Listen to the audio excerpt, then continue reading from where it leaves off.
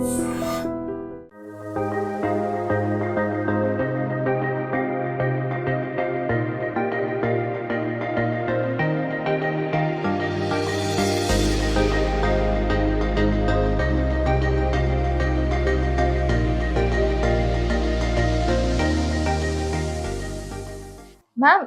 పాప యుఎస్కి ఎంఎస్కి వెళ్ళేటప్పుడు తన డ్రాప్ చేయడానికి వెళ్ళేటప్పుడు అనుకుంటా తన అప్పుడు ఫొటోస్ తీసి సోషల్ మీడియాలో ఏదో పెట్టినప్పుడు బాగా ట్రోల్ అయ్యిందని నిన్న. ఒక ఆయన వచ్చి మమ్మల్ని రిసీవ్ చేసుకున్నారు, మేము థానా నుండి వచ్చామండి అని చెప్పారు. ఆయనది పోస్ట్ చేసుకున్నారు. ఎంతకీ ఆయన టీడీపీ, ఇంతకు ముందు టీడీపీలో ఉన్నారు కాబట్టి మళ్ళీ ఆ చెట్టు కింద కాకి అని చెప్పి పొలిటికల్ గా ఉంటే ప్రతిదాని కోడిగుడ్లు కూడా ఈక్వల్ పీకుతారు. సార్ ఇప్పుడు మేడం మీద కొన్ని ఎలిగేషన్స్ ఉన్నాయి. అక్రమాలు చేస్తారు, ఇసుక అక్రమాలు, ఇసుక మాఫియా, అవినీతికి పాల్పడ్డారు, భూ కబ్జాలు చేశారు. నిదర్శనం ఏంటంటే ఒక ఎమ్మెల్యేకి ఇమీడియట్గా ఒక మినిస్టర్ పోస్ట్ ఇచ్చారు.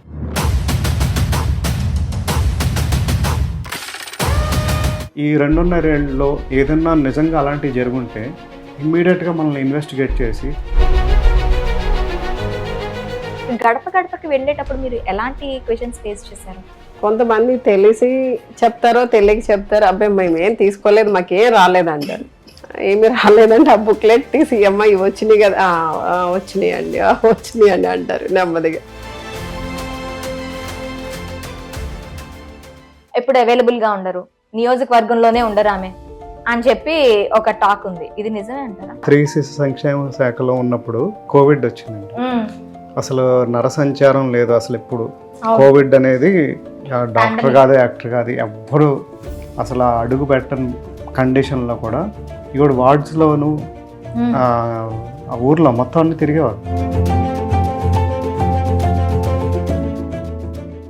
కొవ్వూరులో లోకేష్ పాదయాత్ర జరుగుతున్నప్పుడు చాలా వైలెంట్ గా అక్కడ నియోజకవర్గ ప్రజలు రియాక్ట్ అయ్యారు. దానికి వెనకాతల తానేటి వనిత ఉన్నారు అని చెప్పి ఒక ఎలిగేషన్.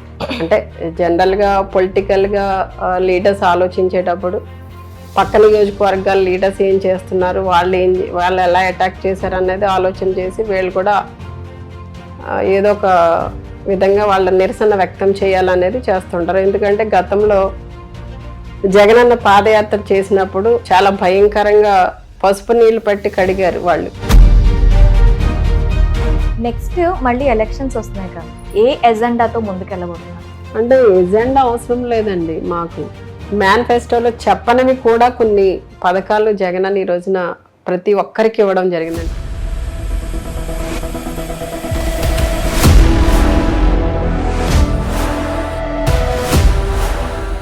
ఆఫ్టర్ ది సీఎం ఈ రేంజ్ లో వనితను కూర్చోపెట్టడానికి జగన్మోహన్ రెడ్డి గారు వనిత గారి గురించి ఎంత గ్రౌండ్ వర్క్ చేశారు, వనిత గారు ఎంత hard work? Actually first cabinet లోకి తీసుకునేటప్పుడు మాకు కాల్స్ వచ్చినాయి. విజయసాయి రెడ్డి గారు ఫోన్ చేసి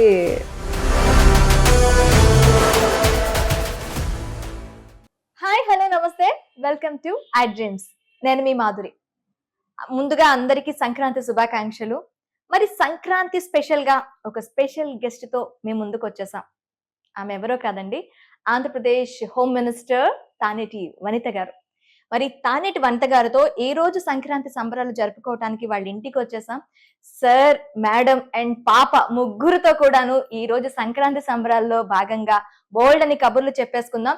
మరి హోమ్ మినిస్టర్ హోమ్ లో ఎలా ఉంటారు, హోమ్ మినిస్టర్ గా ఎలా ఉంటారు, ఇంట్లో హోమ్ మినిస్టర్ హోదా అలానే ఉంటుందా, హోమ్ మినిస్టర్ గానే బిహేవ్ చేస్తారా, అసలు వనిత గారి ఇంట్లో ఎలా ఉంటారు, మనం ఇప్పుడు ఆంధ్రప్రదేశ్ లో లా అండ్ ఆర్డర్ ని ఎలా కంట్రోల్ చేస్తున్నారో చూస్తున్నాం. మరి ఇంట్లో లా అండ్ ఆర్డర్ ఎవరి చేతిలో ఉంటుంది, ఇవన్నీ కూడా డీటెయిల్ గా తెలుసుకుందాం పదండి. నమస్తే మేడం.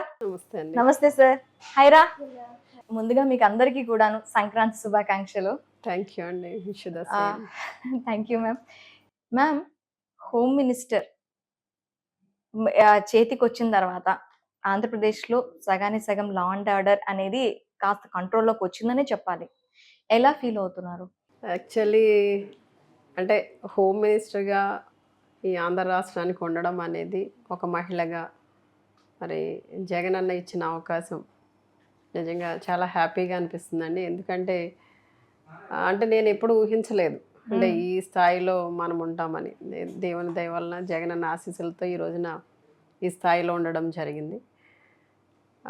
నేను హోమ్ మినిస్టర్గా ఉన్న ఈ పీరియడ్లో ఆంధ్ర రాష్ట్రం అంతా కూడా శాంతి భద్రతలతో చక్కగా ఉండడం అనేది అంటే ఎక్కడ కూడా ఎలాంటి అవాంఛనీయమైన సంఘటనలు జరగకుండా, ఒకవేళ అలాంటి సిచ్యుయేషన్స్ వచ్చినా కూడా ముందుగానే అలర్ట్ అయ్యి దాన్ని కంట్రోల్ చేయడం అనేది జరిగింది కనుక సో చాలా హ్యాపీ. నా పీరియడ్ అంతా కూడా ఆంధ్ర రాష్ట్రం హ్యాపీగా ఉంది. సస్యశ్యామలంగా సుభిక్షంగా చాలా ప్రశాంతంగా ఉంది ఆంధ్రప్రదేశ్ రాష్ట్రం అంతా. సార్, ఇంట్లో మన మినిస్టర్ గారు ఎలా ఉంటారు? ఇంట్లో సాదా సీదా మామూలు వనిత. మామూలు వనిత, తానేటి వనిత కాస్త మామూలు వనిత అయిపోతారా? సాధారణ వనిత, మా గృహిణి, మా మంచి తల్లి, మా మా అన్నీ తనే చూసుకుంటూ ఉంటుంది. ఒక్క చిన్న ఏ ప్రాబ్లం రానివ్వకుండా ఇంట్లో ఎక్కడ ఏ ఇబ్బంది లేకుండా ఉండేలాగా చేయడంలో ముందు నుంచి కూడా, ఇప్పుడు కాదు ఫస్ట్ నుంచి కూడా చాలా కష్టపడి చేసే తత్వం ఉన్న మనిషి. సో ఎక్కడ అంటే ఇంటికి వచ్చి మినిస్టర్ అనే ఈ ఈ హోదా అనేది ఎప్పుడు తన భుజం మీద వేసుకొని కనిపించదు అనమాట. ఇంటికి వస్తే మామూలు మనిషి అయిపోతుంది. సో ఏదైనా వర్క్ ఉంటే అది అర్ధరాత్రి అయినా అపరాత్రి అయినా మూడైనా ఆ వర్క్ కంప్లీట్ చేస్తే. ఇప్పుడు ఒక మహిళగా, అది ఒక హోమ్ మినిస్టర్గా రాత్రి 3 ఇప్పుడు మీరే చెప్తున్నారు 4 కూడా అవుతూ ఉంటుంది ఒక్కొక్కసారి తన వర్క్స్ అన్ని చేసుకోవడానికి. ఇప్పుడు మన సమాజం ఏంటంటే ఆడది ఒక బయటకు వెళ్తేనే డిఫరెంట్ గా చూసే సమాజం. అలాంటిది 3-4 గంటల వరకు కూడా ఒక మహిళ బయట ఉంటుంది అంటే ఒక నెగిటివ్ ఒపీనియన్ అయితే వస్తూ ఉంటుంది. ఇటు చుట్టాల్లో కానీ, రిలేటివ్స్ లో కానీ, అట్లా ఫ్రెండ్స్ లో కానీ అంతదే. అప్పుడు అలాంటి వర్డ్స్ వినేటప్పుడు మీకు ఎలా అనిపిస్తుంది? అసలు ఏం నెగిటివ్ ఎక్కడ ఏం కనిపిస్తుందండి. అంటే యాక్చువల్గా ఫస్ట్ నుంచి కూడా ఇంట్లో నేను చెప్పే వర్క్, బయట వర్క్ అంటే పొలిటికల్ వర్క్ కూడా, పాలిటిక్స్లో మనకి అంత వర్క్ అయిన తర్వాత అంటే తిరగడం ఇవన్నీ అయిన తర్వాత, గడప గడప ప్రోగ్రామ్ ఉంది, అవి అయిన తర్వాత ఆ కార్యకర్తలు అందరితో కాసేపు ఆ భోజనం చేయడం కానీ, వాళ్ళతో స్పెండ్ చేయడం కానీ చేయాలి. నెక్స్ట్ అప్పుడే అక్కడున్న ఏమన్నా చిన్న చిన్న మనస్పర్ధలు ఉన్నా ఏమున్నా సరే అప్పుడే షేర్ చేసుకుంటూ ఉంటారు. సో ఆ టైంలో వాళ్ళందరినీ సమన్వయం చేసుకోవడం అనేది చాలా ముఖ్యమైన పని, అది ఇంపార్టెంట్ టైం కూడా. సో యాక్చువల్గా తనకి ఏంటంటే చిన్నప్పటి నుంచి కూడా వర్కాలిక్. ఇంక పని ఉంటే అదే అంటే బట్టలు సర్దడమా, లేకపోతే ఇంకో పని చేయడమా, లేకపోతే వంట చేయడమా, లేకపోతే బయటకు వెళ్ళి చేయడమా, అలాంటివన్నీ కూడా ఆ వర్క్ కంప్లీట్ అయితే కానీ పడుకోవడం తనకి ఇష్టం ఉండదు. సో అదే వర్కాలిక్.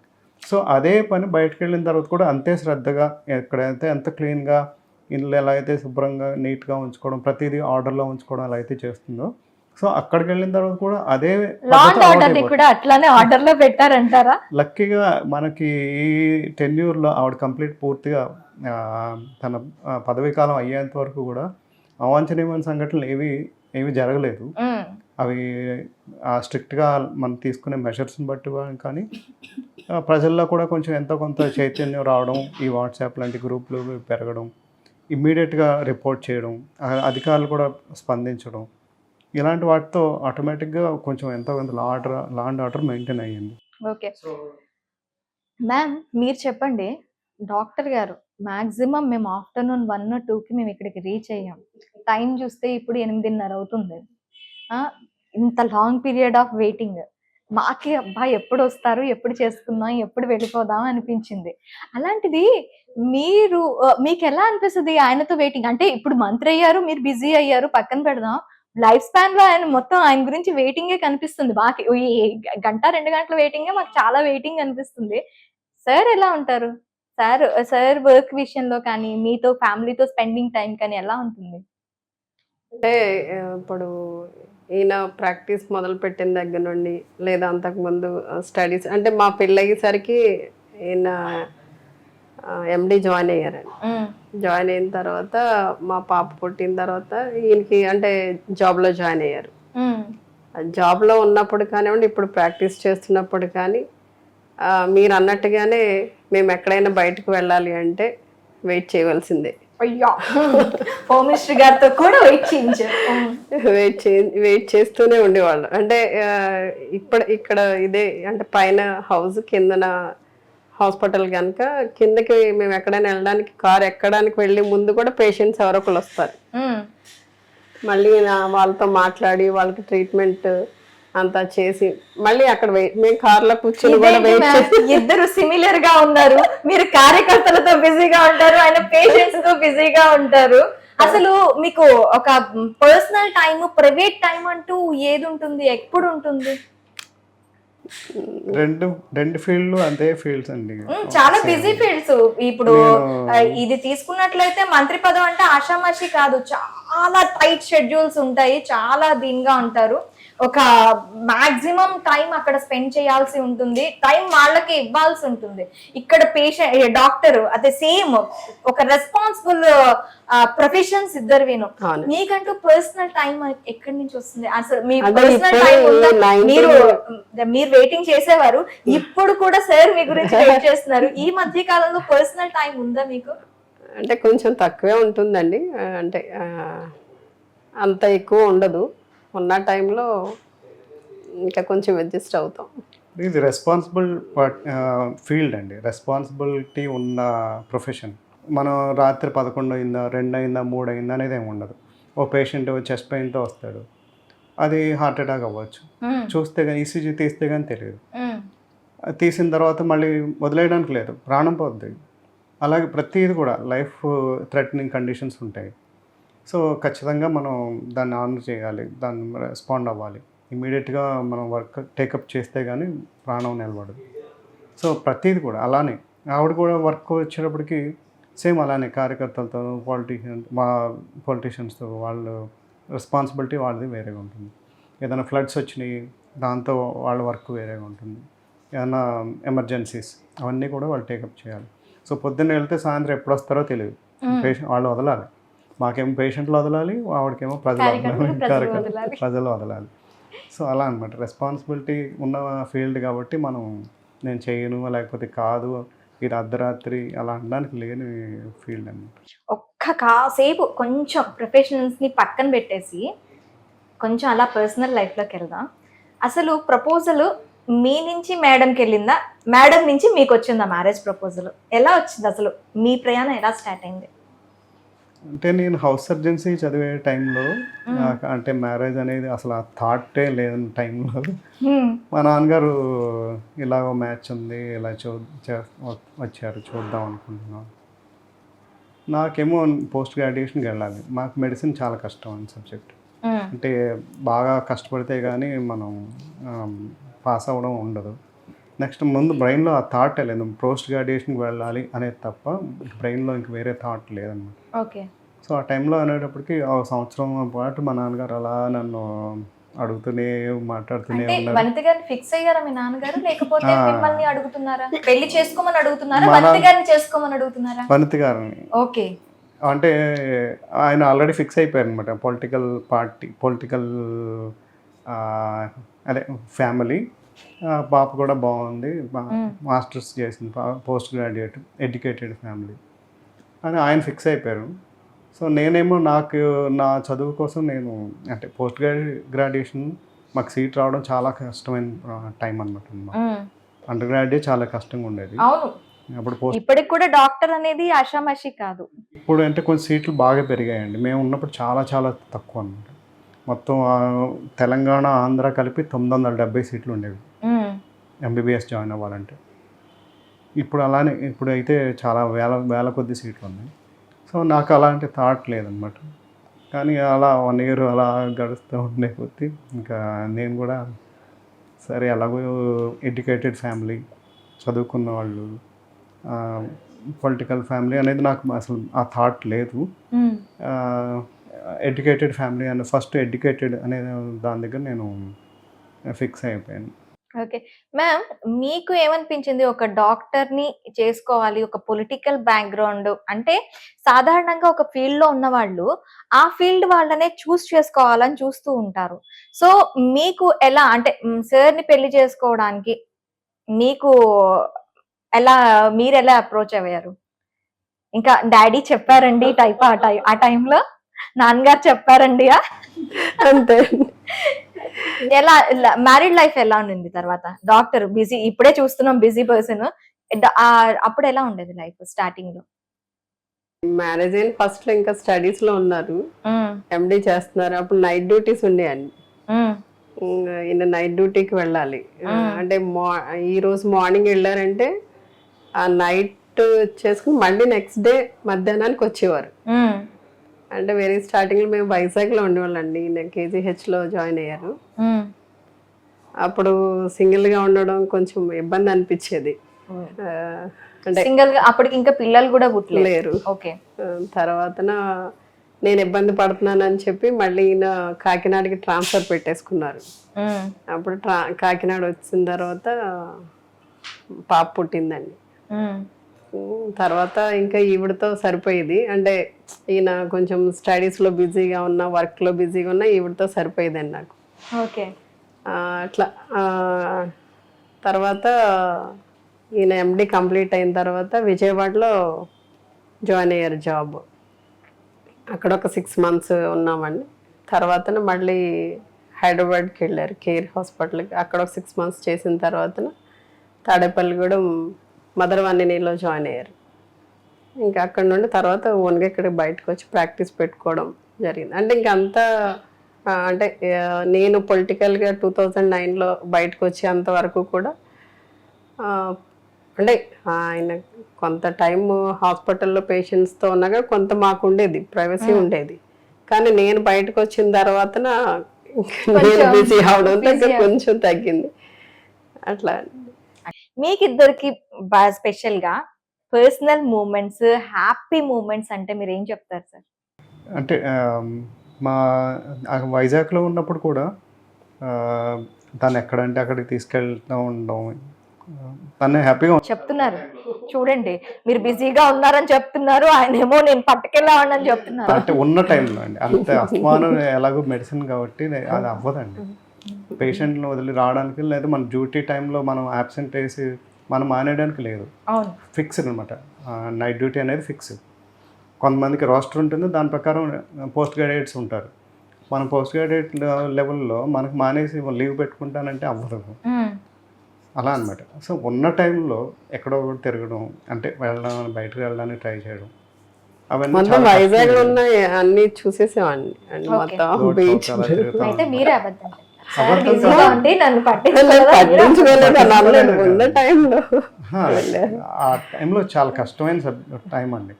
ఒక్కోసారి జ్వరం వచ్చి ఒక వారం రోజులు ఉంటే ఇంటి దగ్గర ఉండడానికి లేదు.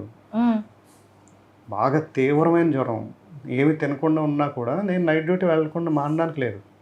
ఆల్రెడీ నా లీవ్స్ అన్ని ఎగ్జాస్ట్ అయిపోయినా కూడా ఇంకా వేరే వాళ్ళ నా బదులు పంపిద్దామన్నా కూడా లేదు. అలాంటి టైంలో అలా ఒక్కదాన్ని అలా వదిలేసి వెళ్ళామండి. ఇంకా యాక్చువల్గా ఆప్షన్ లేదు. వీళ్ళు ఎంత దూరం నుంచి అక్కడికి రావడానికి లేదు.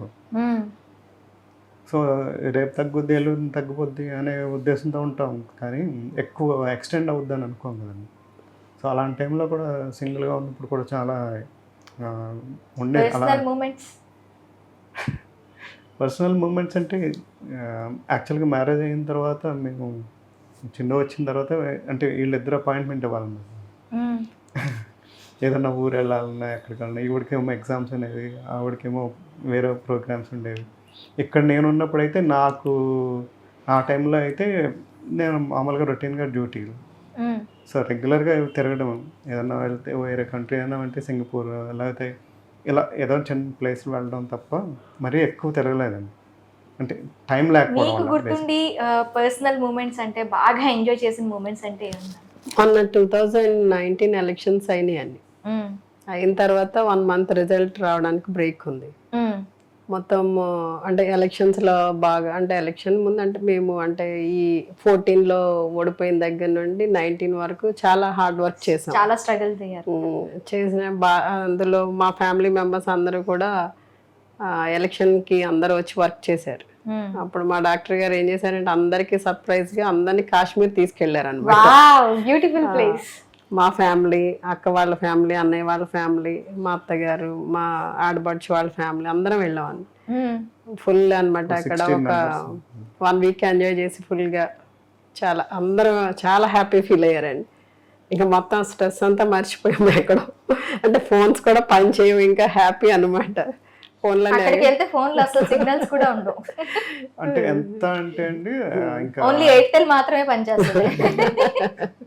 అసలు ఆ భయం, ఇది కాశ్మీర్ వెళ్ళాము, ఈ ఈ మిలిటెంట్స్ ఉన్న ప్లేసు, లేకపోతే తీవ్రవాదులు వస్తారు, ఇలాంటి భయం కూడా అసలు ఏమీ లేకుండా మేము వెళ్ళిన ప్లేస్లో పుల్వామా. అంతకుముందు జస్ట్ ఒక 5 days ముందు ఈ ఆత్మాహుతి ఆత్మహత్య సూసైడ్, వాళ్ళు బాంబ్ బ్లాస్ట్ చేసుకున్న 30 మిలిటరీ వీళ్ళు కమాండోస్ చనిపోయారు. ఆ ఏరియా నుంచి మేము పాస్ అవుతుంటే ఇక్కడే బాంబ్ బ్లాస్ట్ అయిందంటే అవునా నిజమా అంటున్నారు కానీ భయపడలేదు. అంటే వాళ్ళు అటాక్ చేసిన పర్పస్ వేరు, మనం అటాక్ లిస్ట్ లో లేదు కాబట్టి మనం సేఫ్. మనం ఆ ప్లేస్ లో ఉన్నాం అనే భయం ఎవరికీ లేదనమాట. అలాగే 0 point ఒకటి ఉంటుంది అక్కడ, ఇప్పుడు 0 degrees ఉంటుంది అనమాట. గుల్మార్గ్ ఆ ఏరియాలో వెళ్తుంటే ల్యాండ్ స్లైడ్ అయింది, పైనుంచి కొండలన్నీ విరిగిపోయి ఆ రోడ్ అంతా బ్లాక్ అయిపోయింది. ఈ బ్లాక్ అయిపోతే వీళ్ళు ఎప్పుడు తీస్తారు, అదే క్లియర్ చేస్తున్నారు రోడ్డు, వీళ్ళు ఏంటి ఇంకా చేయరంటే ఎప్పుడు క్లియర్ చేస్తారు అంటున్నారు ఎప్పుడు వెళ్ళిపోదామని ఆ రోడ్లో నుంచి. ఇప్పుడు అదే ల్యాండ్ స్లైడ్ మన మీద రాయబడినా మనం ఏమి కనబడం కాదు, అక్కడ పడడం కాదు, మన బస్సుల దగ్గర కూడా పడే ఛాన్సెస్ ఎక్కువ. మనం వెళ్ళే దాని మీద కూడా పడతాయండి. ఇప్పుడు ల్యాండ్ స్లైడ్ అవుతున్నాయంటే అయ్యే టైంలో ఉన్నాం మనం. ఆ టైంలో అంటే ఇంకో రాయి పడచ్చు, పడితే మళ్ళీ ఏం కనబడం. అంటే అంత క్రిటికల్ సిచ్యువేషన్స్ లో కూడాను చాలా హ్యాపీగా స్పెండ్ చేసామని చెప్తున్నారు. అసలు భయం అనేది లేకుండా అసలు ఓన్లీ ఇంకా హ్యాపీనెస్ అనమాట, ఇంకా తప్ప ఇంకేమీ లేదు. సార్ మేడం బర్త్డే ఎప్పుడు సార్? June 24th.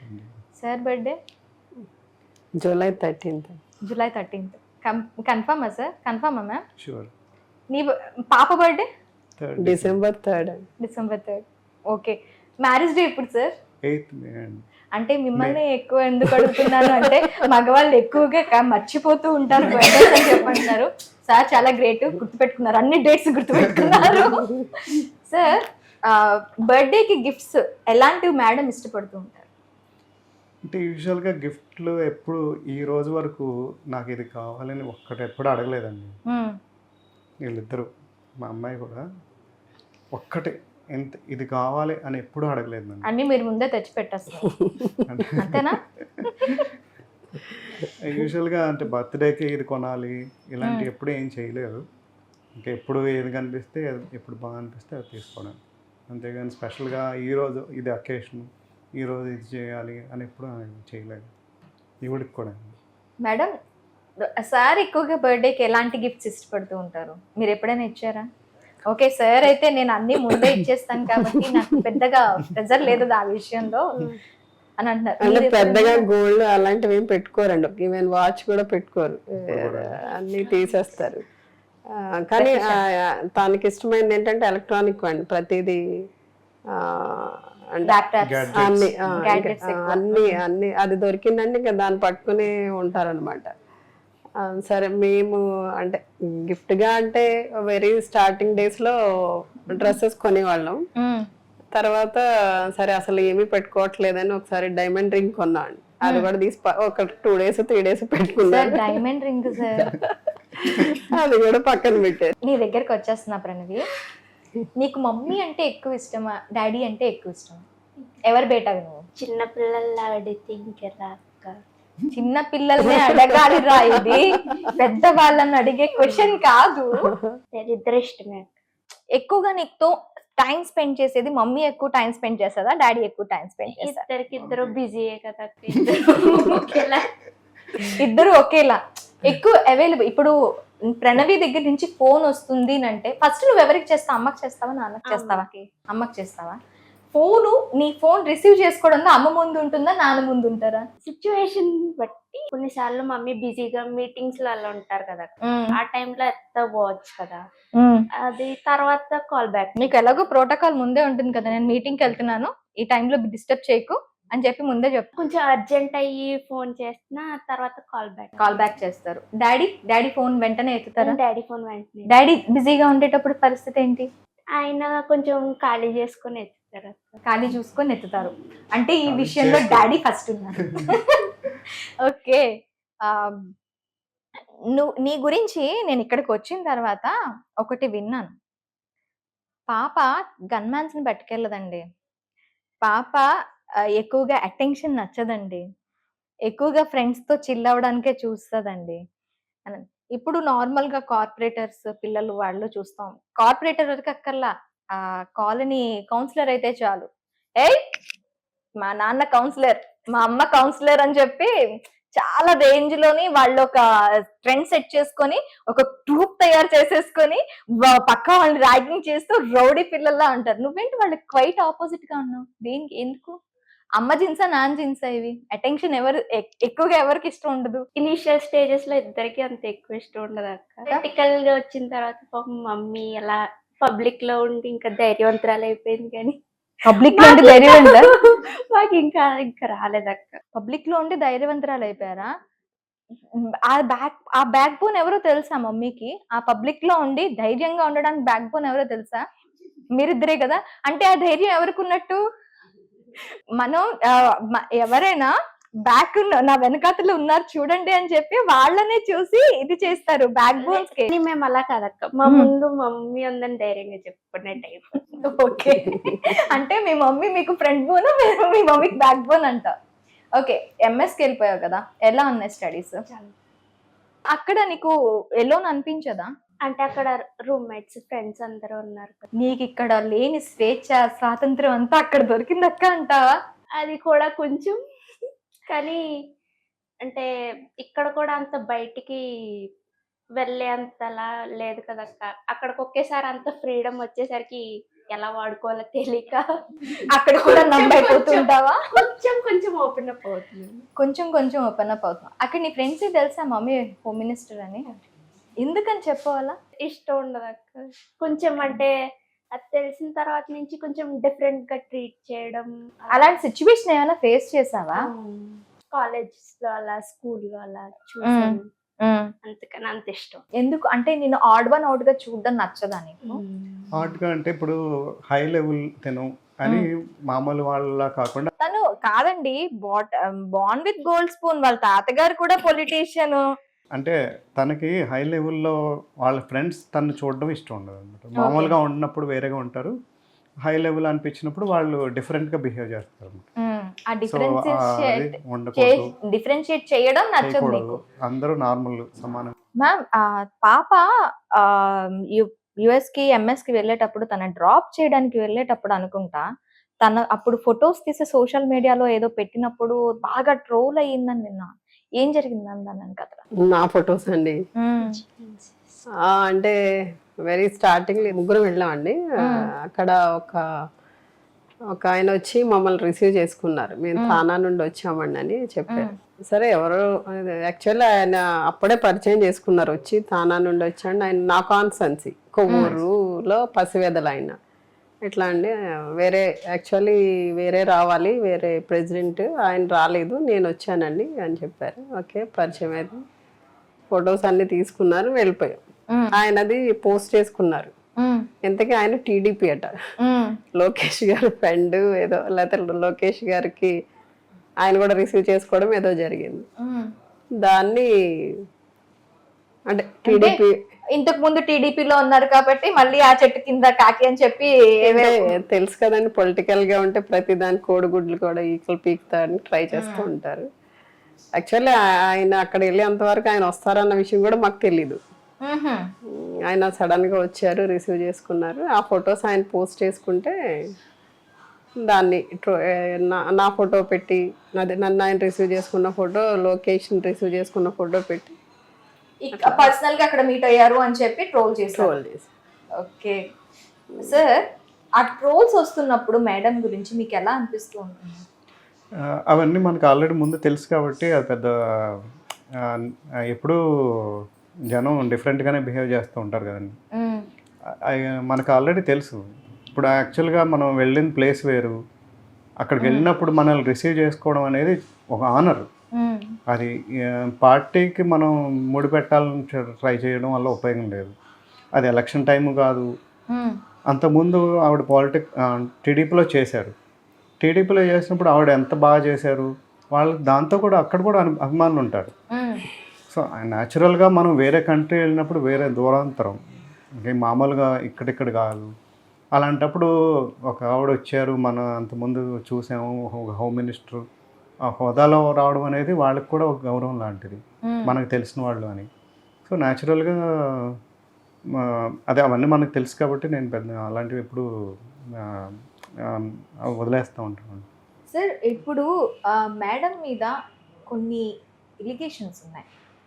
ఎలా అంటే ఈ అక్రమాలు చేస్తారు, ఇసుక అక్రమాలు, ఇసుక మాఫియా, అవినీతికి పాల్పడ్డారు, భూ కబ్జాలు చేశారు అని చెప్పి చాలా ఎలిగేషన్స్ ఉన్నాయి. ఇవన్నీ వినేటప్పుడు మీకు ఎలా అనిపిస్తుంది? అది మీకు కాదు అనే సంగతి యాజ్ ఏ హస్బెండ్గా మీకు తెలుసు, అండ్ ఏం జరుగుతుంది అనే దానిపైన మీరు కూడా వర్క్ చేస్తారా బ్యాక్ ఎండ్లో?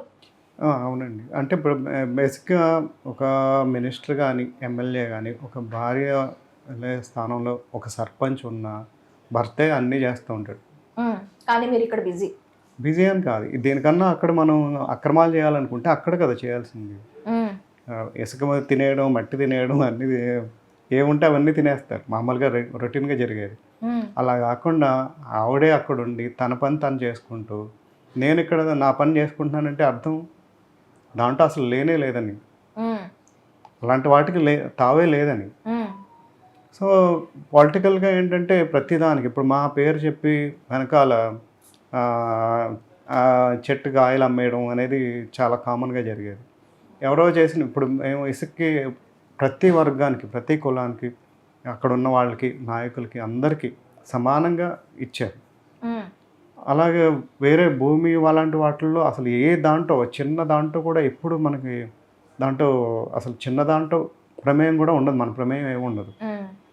ఇప్పుడు దానికి ఒక నిదర్శనం ఏంటంటే ఒక ఎమ్మెల్యేకి ఇమ్మీడియట్గా ఒక మినిస్టర్ పోస్ట్ ఇచ్చారు. అది తను లాయల్గా ఉంటుంది అనే ఒక భావం ఒకటి, ఆవిడ చేసిన వర్క్ని బట్టి, అక్కడ వచ్చిన ఓట్ బ్యాంక్ని బట్టి. నెక్స్ట్ ఈ 2.5 ఏళ్ళలో ఏదన్నా నిజంగా అలాంటివి జరుగుంటే ఇమ్మీడియట్గా మనల్ని ఇన్వెస్టిగేట్ చేసి ఏమేం చేశారు ఇవన్నీ మనకు వచ్చేస్తాయి. నెక్స్ట్ హోమ్ మినిస్టర్ పోస్ట్ లాంటి పెద్ద పోస్ట్ ఇవ్వరు. ఒక హోమ్ మినిస్టర్ పోస్ట్ అనేది నెక్స్ట్ సీఎం లాంటి అలాంటి పోస్టు ఒక వాళ్ళకి ఇవ్వాలంటే వాళ్ళ వెనకాల బ్యాక్గ్రౌండ్ ఎంత క్లియర్గా క్రిస్ప్గా ఇన్వెస్టిగేట్ చేసి కానీ ఇవ్వరు. ఈవెన్ మేము ఒక ఆఫీసర్ని ఒకరిని వేసుకోవాలంటే వాళ్ళని థరోగా ఇన్వెస్టిగేట్ చేసిన తర్వాత మాత్రమే ఒక పోస్ట్ ఇస్తూ ఉంటారు. సో మనకి ఎవరో అనుకోవడం కాదండి, మనకు క్లియర్ కట్గా మనకి ఒక పోస్ట్ ఇచ్చారంటే వీఆర్ క్లియర్ అంతే. ఇప్పుడు ఈవెన్ ఈ 2.5 yearsలో కూడా ఒక హోమ్ మినిస్టర్ పోస్ట్లో హోదాలా ఉండి కూడా ఎప్పుడు ఒక్క చిన్న దీంతో కూడా లేకపోవడం అనేది మేము చేసుకున్న మంచి పని అన్నమాట. సో అలాంటి వాటికి తావు ఇవ్వదు, తావు లేదు, రాదు నెక్స్ట్ కూడా. అయితే మేడం లాస్ట్ ఎలక్షన్స్లో 25,000 పైచీల కోట్లతో గెలిచారు. మేడం ఇందాకే చెప్పారు ఎలక్షన్ టైంలో మా ఫ్యామిలీ అంతా కూడా సపోర్ట్ చేశారు అని. ఒక ఎలక్షన్లో గెలవాలి అంటే ఫ్యామిలీ అంతా మ్యాక్సిమం అంతా కష్టపడాలి. చిన్న కార్యకర్త నుంచి ఆ గ్రామ అండ్ మొత్తం మీద లెవెల్ వరకు కూడాను ప్రతి కార్యకర్తని సమన్వయం చేసుకోవాలి, ప్రతి ఒక్కరితో మమేకం అయిపోవాలి. అది ఫ్యామిలీ అంతా కూడా మమేకం అవుతూ ఉండాలి. మేడం గారు గెలవడంలో మీ పాత్ర ఎంత ఉంది? మీరు బ్యాక్ ఎండ్లో మేడం గారి గురించి ఏం వర్క్ చేశారు? అంటే యాక్చువల్గా మేము ఈ డాక్టర్గా నాకు ఇక్కడ వచ్చిన తర్వాత నా పేషెంట్స్ ఉంటారండి. యాక్చువల్గా ఫస్ట్ టైం సీట్ ఇవ్వడం కూడా టీడీపీలో నా బెల్ట్ ఇక్కడ నుంచి ద్వారకా తిరుమల దాకా పేషెంట్స్ బెల్ట్ ఉంటుంది. వావ్! అంటే న్యాచురల్గా చివరి నుంచి వరకు ఇక్కడ ఉంగుటూరు, తణుకు, ఇటువైపు నుంచి ఇటువంటి పేషెంట్స్ ఉంటారు కదా. ఎన్ని ఇయర్స్ అవుతుంది సార్ మీరు ప్రాక్టీస్ స్టార్ట్ చేసి? 2005 ఓకే. అప్పటి నుంచి ఉన్న పేషెంట్స్ ఉంటారు. సో మనం చేసే పద్ధతి, మన విధానం అవన్నీ చూసిన తర్వాత మనకి ఓట్ బ్యాంక్ ఉంది అనేది కూడా చూసిన తర్వాత బ్యారేజ్ వేసిన తర్వాత అప్పుడు టీడీపీలో అంటే 2009లో మేడం టీడీపీలోని వచ్చారు. ఆ 4 years స్పాన్ లోనే మీరు పేషెంట్స్ ని మంచిగా దానికి ముందండి అలా కాదండి, మనం చేసిన దాన్ని బట్టి యాక్చువల్గా వాళ్ళ ఫాదర్ ఎమ్మెల్యే 10 years చేశారు. ఆయన కూడా ఈయన కాంగ్రెస్, టీడీపీ ఇలాంటివి ఏమి తారతమ్యం లేకుండా అందరికి పనిచేసి పెట్టేవారు, ప్రతి ఒక్కరికి.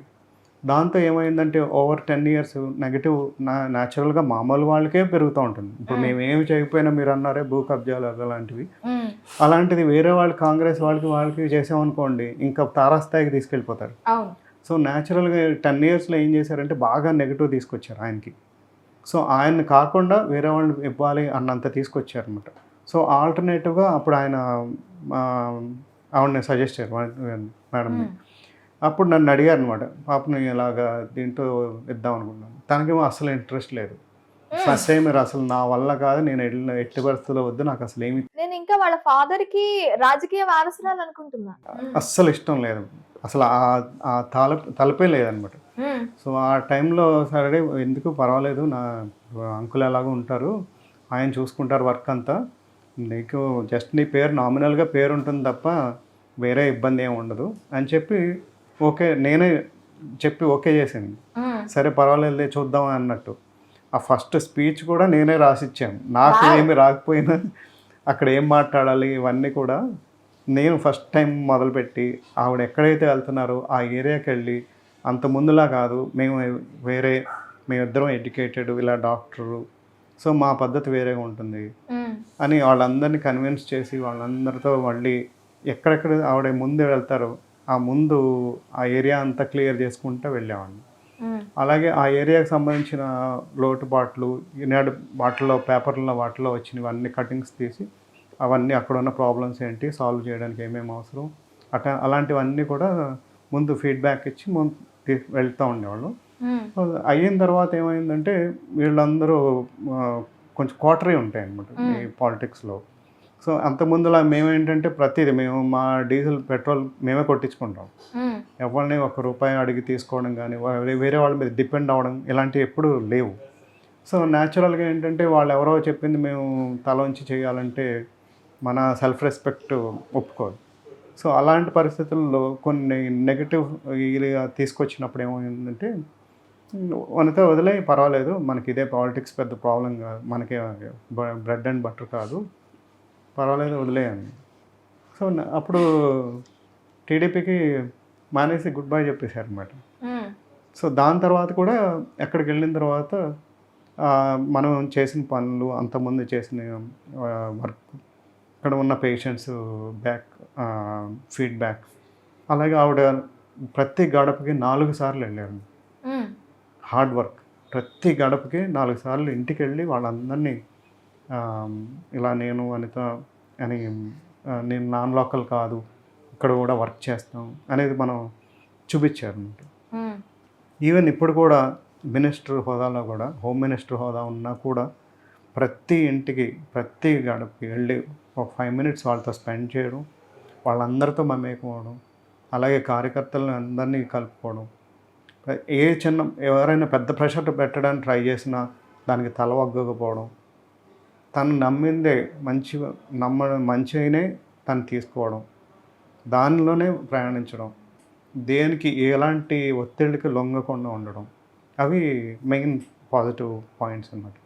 సో ఇప్పుడంటే నాకు పెద్ద ప్రెషర్ లేదు. ఇంతకుముందు అయితే వర్క్ చేయాల్సి వచ్చేది. ఇప్పుడు ఆవిడ హోమ్ మినిస్టర్ హోదాలో ప్రతి ఇంటికి వెళ్ళి తనకంటూ తన ఓట్ బ్యాంక్ సంపాదించుకుంది. అలాగే జగన్ గారు వేవ్ అలాగే ఉంటుంది. సో వర్క్ చేయడం అనేది చాలా చాలా తగ్గిపోయింది. మీరు ఇప్పుడు తను ఇప్పుడు సపోర్ట్ చేయకపోయినా తనంతట తానే గెలుస్తారు ఈసారి అంటున్నారు. ఓకే మ్యామ్, పొలిటికల్ గా మీరు ఎంట్రీ అవ్వడానికి ఇప్పుడు సార్ చెప్పారు నా ప్రోద్బలంతోనే వెళ్ళాను. ఇందులోని మీ నాన్నగారి పాత్ర ఎంత ఉంది? మీ నాన్నగారిది మీకు ఎంతవరకు సపోర్ట్ చేశారు? అంటే ఫస్ట్ బయటికి రావడానికి నాన్నగారే కారణం అండి. నాన్నగారు 2 terms చేస్తున్నారు. 3rd term నాన్నగారికి ఇవ్వలేదు, వేరే ఆయనకి ఇచ్చి ఉన్నారు. అప్పుడు ఓడిపోయింది గోపాలపురంలో, కాంగ్రెస్ వచ్చిందండి. తర్వాత 4th time మళ్ళీ నాన్నగారు ట్రై చేస్తున్నప్పుడు జెంట్స్ ఎక్కువైపోయారండి, యాస్పరెంట్స్. సో సడన్గా లేడీ కావాలి అని అంటే అక్కుంది నాకు, తను జాబ్ చేస్తున్నాను, గవర్నమెంట్ లెక్చరర్గా జాబ్ చేస్తుంది. మీరు కూడా లెక్చరర్? నేను చేసింది ఎంత అండి, ఫ్యూ మంత్స్ అంతే. అయితే తను గవర్నమెంట్ కాలేజ్లో చేస్తుంది. తను అందరితో చక్కగా మాట్లాడుతుంది. అంటే తనకు వచ్చు బాగా మాట్లాడడం, నాకేమో అంత మాట్లాడడం రాదు. స్టేజ్ ఫియర్ ఇవన్నీ ఉండే, ఇంకా నా వల్ల కాదు, నేను హ్యాండిల్ చేయలేను, అక్కని పెట్టండి అని చెప్పాను. తను జాబ్ చేసుకుంటుంది కదా, అసలు సీట్ వస్తుందో లేదో తెలీదు, ముందు ట్రై చేద్దాం. జస్ట్ మీరు వస్తే వచ్చింది, లేకపోతే లేదు అన్న దాంట్లోనే వచ్చారు. ఓకే, అలా అంటూ రాకూడదు అని వెళ్ళాము. గెలవకూడదని వచ్చారా? ఫస్ట్ బయోడేటా అవన్నీ ఇచ్చినప్పుడు సీట్ రాకూడదు అనుకుంటూ ఉన్నాం. పేపర్లో యాస్పరెంట్స్ నేమ్స్ రాస్తారు కదండి, రాసినప్పుడు నా నేమ్ వస్తే నేను మా డాక్టర్ గారు చూసి మన పేరు వచ్చేది పేపర్లో నవ్వుకునే వాళ్ళం అనమాట. అట్లా తర్వాత టికెట్ వచ్చేసింది.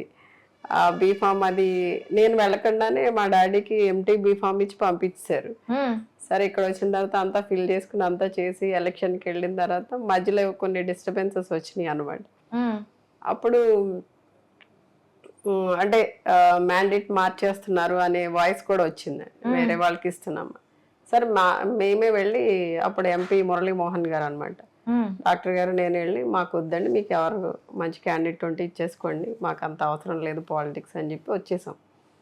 కానీ మళ్ళీ తర్వాత నెక్స్ట్ డే మళ్ళీ మాకనే ఉంది టికెట్ అని చెప్పడం జరిగింది. ఎలా అంటే అప్పుడు కృష్ణబాబు గారు రాజీనామాస్త్రం ప్రయోగించారనమాట. ఆ విధంగా మళ్ళీ ఆగింది. అట్లా మళ్ళీ 9 అదే ఎలక్షన్ జరిగిపోయింది. కౌంటింగ్కి వెళ్తున్నాం, మనసులో అనుకున్నాము గెలవకూడదు, ఓడిపోవాలి ఓడిపోవాలి అనుకుంటూ లోపలికి వెళ్ళాను. గెలిచేసి వచ్చేసాం అనమాట. ఇంకా అట్లా అంటే ఈ పొలిటికల్గా ఉండడం అనేది అంటే నాకు అంటే కొంచెం అంటే కొత్త వాళ్ళు ఎవరైనా కనిపించినప్పుడు వెంటనే మాట్లాడేయడం రాదని, తెలిసిన వాళ్ళు కనిపిస్తే మాట్లాడతాను. అప్పటికప్పుడు పరిచయం చేసేసుకుని మాట్లాడేయడం, వాళ్ళతో మాటలు పెంచడం అనేది వచ్చేది కాదు. సో దాన్ని మా వాళ్ళు ఎట్లా అనుకునేవారంటే, ఎలా ఓవర్కమ్ చేసేవారు? అదే దాన్ని చూసి అంటే ఆ విధంగా నేను మితభాషిగా ఉండడాన్ని చూసి ఈ అమ్మాయి చాలా ప్రౌడ్ గా ఉంటది, యారగెంట్ గా ఉంటది అనే వర్డ్స్ తీసుకొచ్చారు. Actually we are introverts. తీసుకొస్తే సరే నడిచింది. ఎలక్షన్స్ అయిపోయిన తర్వాతన అంటే అందరూ అంటే ప్రతిపక్షం, గవర్నమెంట్ ఫామ్ చేయలేదు, ప్రతిపక్షంలో ఉన్నాం. అందరూ లీడర్స్ అంటే ఫస్ట్ నాకు తెలియదు కనుక నేను ఇంట్లోనే ఉన్నాను, వెళ్ళలేదు ఎక్కడికి, వర్క్ చేయాలి ఏంటనేది. సరే తర్వాత లీడర్స్ మా డాడీ అంతా పిలిచి ఇట్లా వెళ్ళాలి, ఈ వర్క్ ఇది అని చెప్పడం, కొద్ది రోజులు అట్లా చూస్తూ వింటూ నెమ్మదిగా అన్ని నేర్చుకున్నాను అనమాట. 2 times of Telugu Desam party and then sudden of YCP 2014. ఎందుకు? 2 times డాడీ. ఓకే, నా డాడీ గవర్నమెంట్ లో అప్పుడు 2 times కూడా టీడీపీ గవర్నమెంట్ లో ఉంది. నేను 9లో ఎలక్ట్ అయినప్పుడు ప్రతిపక్షంలో ఉంది. నేను 12లో వైసీపీకి రావడం జరిగింది. వైసీపీకి వచ్చిన తర్వాత మళ్ళీ 14లో నేను కొవ్వూరు నుండి కంటెస్ట్ చేశారు. ఓకే, మరి వైసీపీకి ఎందుకు వచ్చారు? ఏంటంటే మనం వర్క్ ఎంత చేయాలో అంత చేస్తాం, దానికి మించి చేసేది. సో అప్పుడు ఏంటంటే ప్రతిపక్షంలో ఉండడం వల్ల అంత పూర్తి స్థాయిలో ఇవ్వడానికి, వర్క్ చేయడానికి ఉండదు. సో ఆ మధ్యలో ఈ క్వార్టర్ కొంతమంది ఉంటారు ఎక్కిచ్చేవాళ్ళు, ఎమ్మెల్యే మీకు రెస్పెక్ట్ ఇవ్వట్లేదు అని ఒకడు, మీరు వచ్చినప్పుడు ఇంకా ఇప్పుడు రాలేదని ఇంకొకడు, ఇలాంటివి చిన్నవి. ఏంటి మ్యామ్ ఇంత సపోర్ట్, అసలు మీరు మాట్లాడలేకపోతున్నారు అని చెప్పి తడబడుతున్నారు అనుకునేటప్పటికి అందేసుకుంటున్నారు.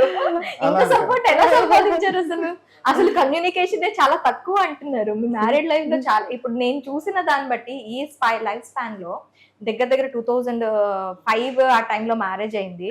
అప్పటి నుంచి కూడాను 98 అంటే దాదాపు ఒక 30 years of span. 25 years of span. ఈ స్పాన్ లో మీ కమ్యూనికేషన్ ఈ గ్యాప్ చాలా కనిపిస్తుంది నాకు. ఆయన బిజీ, తర్వాత మీరు కంప్లీట్ గా బిజీ. ఇంత సపోర్ట్ ఎలా ఇచ్చేసుకోగలిగారు? సపోర్ట్ ఉండబట్టే కదండి పాలిటిక్స్ లోకి రాగలిగాము, చేయగలుగుతున్నాము. అదే అసలు ఫ్యామిలీ సపోర్ట్ లేకపోతే పొలిటికల్ గా మహిళలు రాణించలేరండి. అవును. మ్యామ్ ఇంకొకటి ఏంటంటే నియోజకవర్గంలో గడప గడపకి వెళ్ళేటప్పుడు మీకు ప్రజలు ఎలా ఆదరించేవారు? ఇప్పుడు వైసీపీ ప్రభుత్వం వచ్చిన తర్వాత వైసీపీ మీద చాలా నెగెటివ్ కామెంట్స్ అనేవి వినిపిస్తూ ఉన్నాయి. మాకు సంక్షేమ పథకాలు తీసుకున్న వాళ్ళ సంగతి చెప్తున్నాను. సంక్షేమ పథకాలు తీసుకున్న వాళ్ళు కూడా మాకు సంక్షేమ పథకాలు అడిగామా? మాకు అభివృద్ధి ఏది? మాకు జాబ్ క్యాలెండర్ ఏది? ఇవన్నీ అడుగుతున్నారు. మీకు గడప గడపకి వెళ్ళేటప్పుడు మీరు ఎలాంటి క్వెషన్స్ ఫేస్ చేశారు?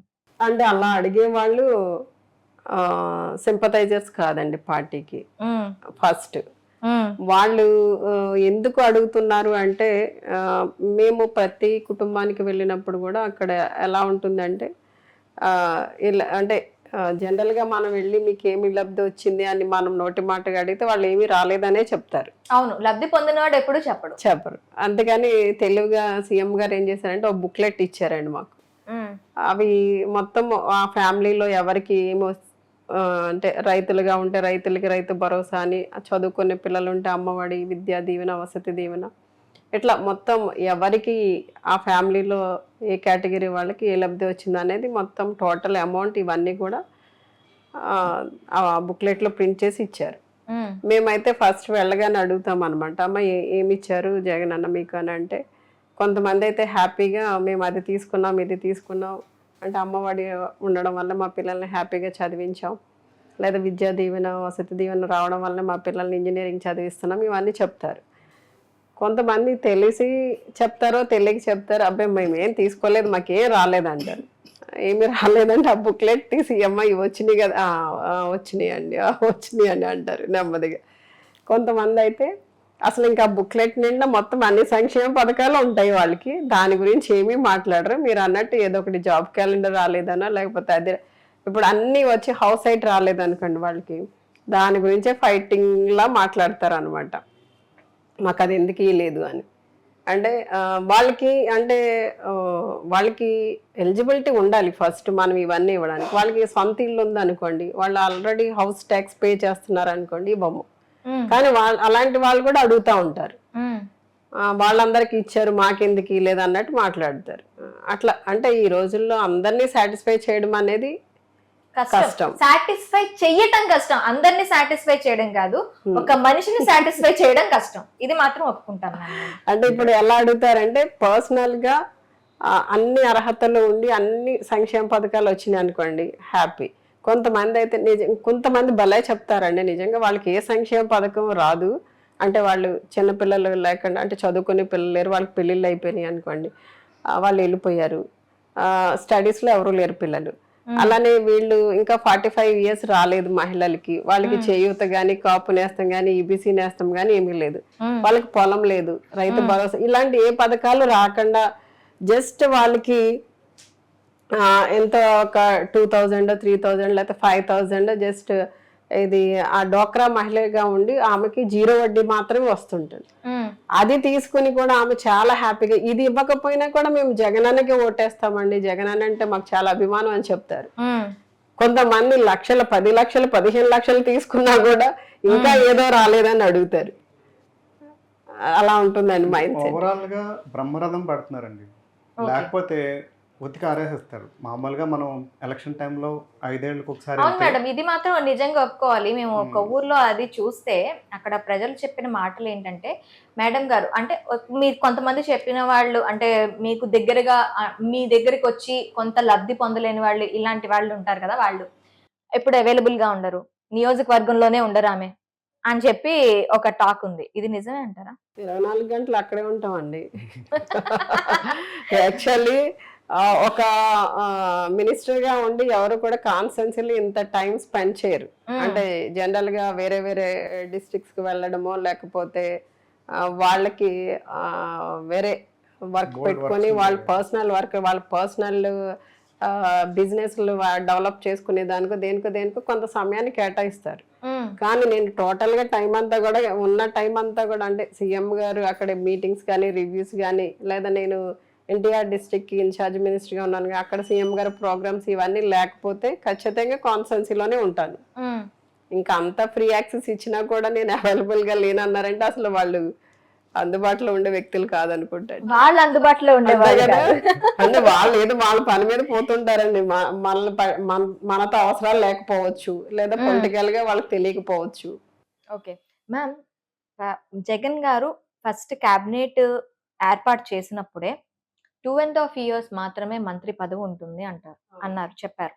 అలాగే మీకు స్త్రీ శిశు సంక్షేమ శాఖ మంత్రి వచ్చింది.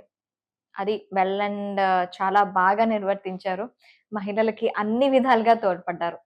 ఆ తర్వాత సెకండ్ టర్మ్ లో అసలు ఇంకా ఇంకే మంత్రి లేదు అని చెప్పే టైంలో ఆల్ ఆఫ్ సడన్ మీ పేరు వినిపించింది హోం మంత్రిగా సెకండ్ టర్మ్ లో. మిగతా వాళ్ళందరికీ కూడాను ఎవరైతే ఫస్ట్ టైం లో చేశారో వాళ్ళకి సెకండ్ టర్మ్ లో అసలు మంత్రి పదవి అనేది లేదు. ఎస్పెషల్లీ తానేటి వనితకు మాత్రమే 2 టర్మ్స్ లో, అది కూడాను ప్రమోషన్ హోమ్ మినిస్టర్ స్త్రీ శిశు సంక్షేమ శాఖ మంత్రి ఎక్కడ, హోమ్ మినిస్టర్ ఎక్కడ ఆఫ్టర్ ది సీఎం. ఈ రేంజ్ లో వనితను కూర్చోపెట్టడానికి జగన్మోహన్ రెడ్డి గారు వనిత గారి గురించి ఎంత గ్రౌండ్ వర్క్ చేశారు, వనిత గారు ఎంత హార్డ్ వర్క్ చేశారు, దాని వెనకతలు కూడా సరే ఉన్నారంటారా? సార్ హార్డ్ వర్క్ పనిచేసిందంటారా? ఖచ్చితంగా అండి. మొత్తం ఫ్యామిలీది అంతా ఉంటుంది కదండి, బ్యాక్గ్రౌండ్ లేకుండా ఉండదు. మీరు ఎలా ఫీల్ అయ్యారు? స్త్రీ శిశు సంక్షేమ శాఖ మీరు అన్నట్టు అబ్బా మళ్ళీ తిరగా ఆ మంత్రి అంటే మీరు ఎమ్మెల్యే అవడానికి ఇష్టపడలేదు. అలాంటిది ఫస్ట్ టైంలో ఆ టైంలోని మంత్రిగా టీడీపీ టైంలో మీకు మంత్రిగా అవకాశం రాలేదు. నెక్స్ట్ టైంలో మీరు అంటే స్త్రీ సంక్షేమ శాఖ మంత్రిగా వచ్చారు. ఆ తర్వాత హోం మంత్రి. అసలు ఆ టైంలో ఎలా ఫీల్ అయ్యారు? తర్వాత ఈ రెస్పాన్సిబిలిటీ ఇస్తున్నప్పుడు ఎలా ఫీల్ అయ్యారు? చాలా కష్టపడి హార్డ్ వర్క్ చేసిన తర్వాత 19 ఎలక్షన్స్లో రిజల్ట్ వచ్చినప్పుడు మేము అనుకున్నది ఏంటంటే, అమ్మయ్య 151 సీట్లు గెలిచేసాం, గవర్నమెంట్ ఫామ్ చేసాం, చాలు, ఎమ్మెల్యేగా గవర్నమెంట్లో ఉన్నాం, ఏ పనైనా చేయగలం, ప్రజలకి అందుబాటులో ఉంటూ ఏ వర్క్ అయినా అందించగలని చాలా హ్యాపీ ఫీల్ అయ్యాను. నా దగ్గరికి అందరు గ్రీట్ చేయడానికి వచ్చినప్పుడు అందరూ ఈక్విషన్స్ చూసుకునే వాళ్ళు రకరకాల లెక్కలేసేసి వచ్చి మనకి క్యాబినెట్లో అవకాశం ఉంటుందండి, అదండి ఇదండి అని ఏదో చెప్తా ఉండేవారు. నేను ఎవరిని అసలు ఏది కూడా నమ్మలేదండి. అంటే నమ్మి ఆనందపడి ఆశలు పెంచుకోవడం అలాంటిది ఏది లేదు. వాళ్ళని నేను మళ్ళీ వాళ్ళకి చెప్పాను అనమాట, బాబు 151 సీట్లు ఉన్నాయి, ముఖ్యమంత్రి గారికి ఏం ఆబ్లిగేషన్స్ ఉంటాయి మనకు తెలీదు, వద్దు, వదిలిపెట్టేయండి, ఆశలు పెట్టుకోవద్దు, మళ్ళీ రాలేదనుకో మళ్ళీ నేను మిమ్మల్ని ఓదార్పు యాత్ర చేయాలి, ఇవన్నీ వద్దు అని అట్లా చెప్పి సరదాగా క్లోజ్ చేసేదాన్ని ఆ టాపిక్. అంటే ఏది మీరు ఆశపడలేదు? సీఎం గారి దగ్గర అంటే క్యాబినెట్ రేపు అంటే అనౌన్స్ చేస్తారా అనేసరికి ముందు రోజు సీఎం గారి దగ్గర మాకు మీటింగ్ జరిగింది. సీఎం గారు ఓపెన్ గా చెప్పారా, కొంతమందికే ఇవ్వగలము, ఇచ్చిన వాళ్ళని 2.5 years తర్వాత మళ్ళీ చేంజ్ చేస్తాం, దానికి మీరు ఫీల్ అవ్వద్దు, ఇంకొకరికి అవకాశం ఇవ్వాలి కదా అని చెప్పారు. సరే, ఈ నిర్ణయం కరెక్టే అంటారా? ఎప్పుడు కూడాను క్యాబినెట్ లో 5 years ఒకసారి మంత్రి, ఇప్పుడు ఈ ట్రెండ్ వచ్చింది, జగన్మోహన్ రెడ్డి గారు తీసుకున్న తర్వాత ఈ ట్రెండ్ వచ్చింది 2.5 years అని. ఇది కరెక్టే అంటారా? అంటే ఆశావాహులు ఉంటారు కాబట్టి ఇలా ఉండడం కరెక్ట్ అంటారా?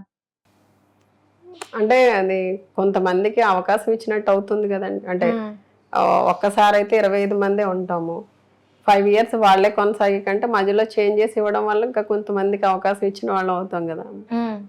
మంచి నిర్ణయమేనండి అది. అది మంచి నిర్ణయం అంటారు. ఓకే, ఆ తర్వాత ఆల్ ది సడన్ ఆఫ్టర్ మీ అంటే జగన్మోహన్ రెడ్డి గారు ఆఫ్టర్ మీ మీరేనమ్మా అనేటప్పుడు మీకు ఎలా అనిపించింది?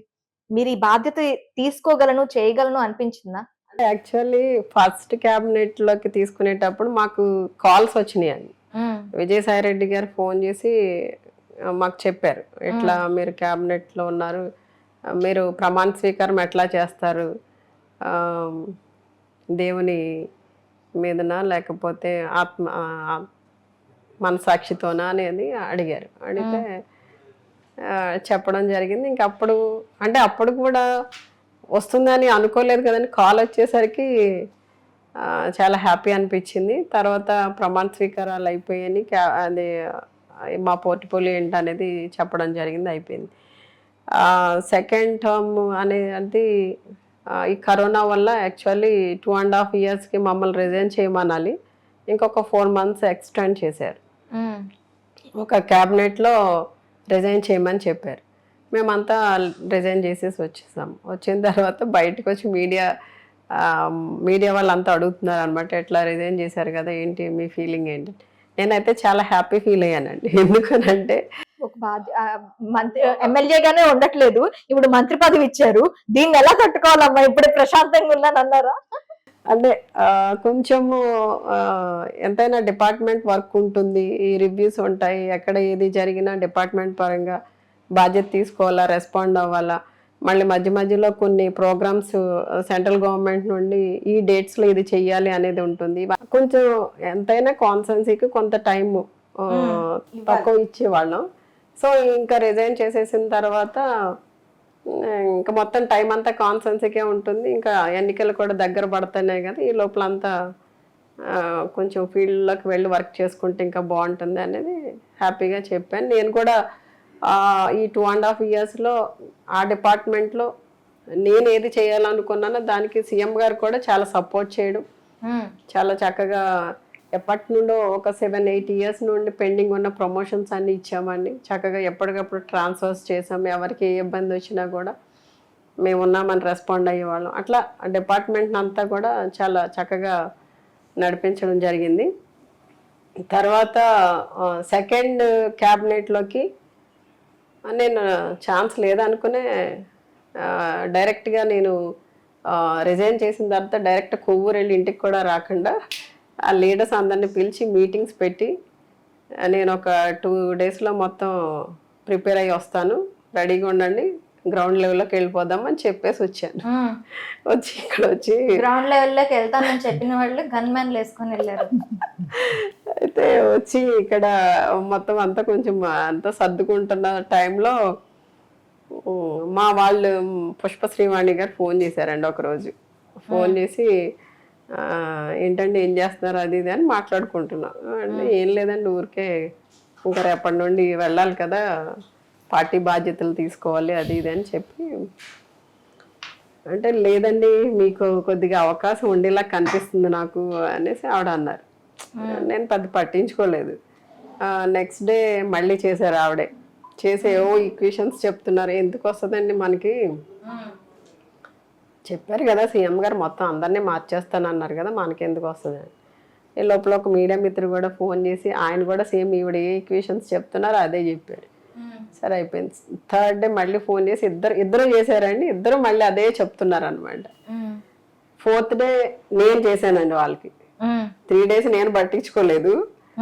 4th day నేను చేసి, ఏంటండి నేను ఏదో నా మాడిపోయిన పెసరట్టు నేను ఏంటంటే మీరు ఎందుకు నన్ను డిస్టర్బ్ చేస్తున్నారు అని చెప్పి అన్నారు.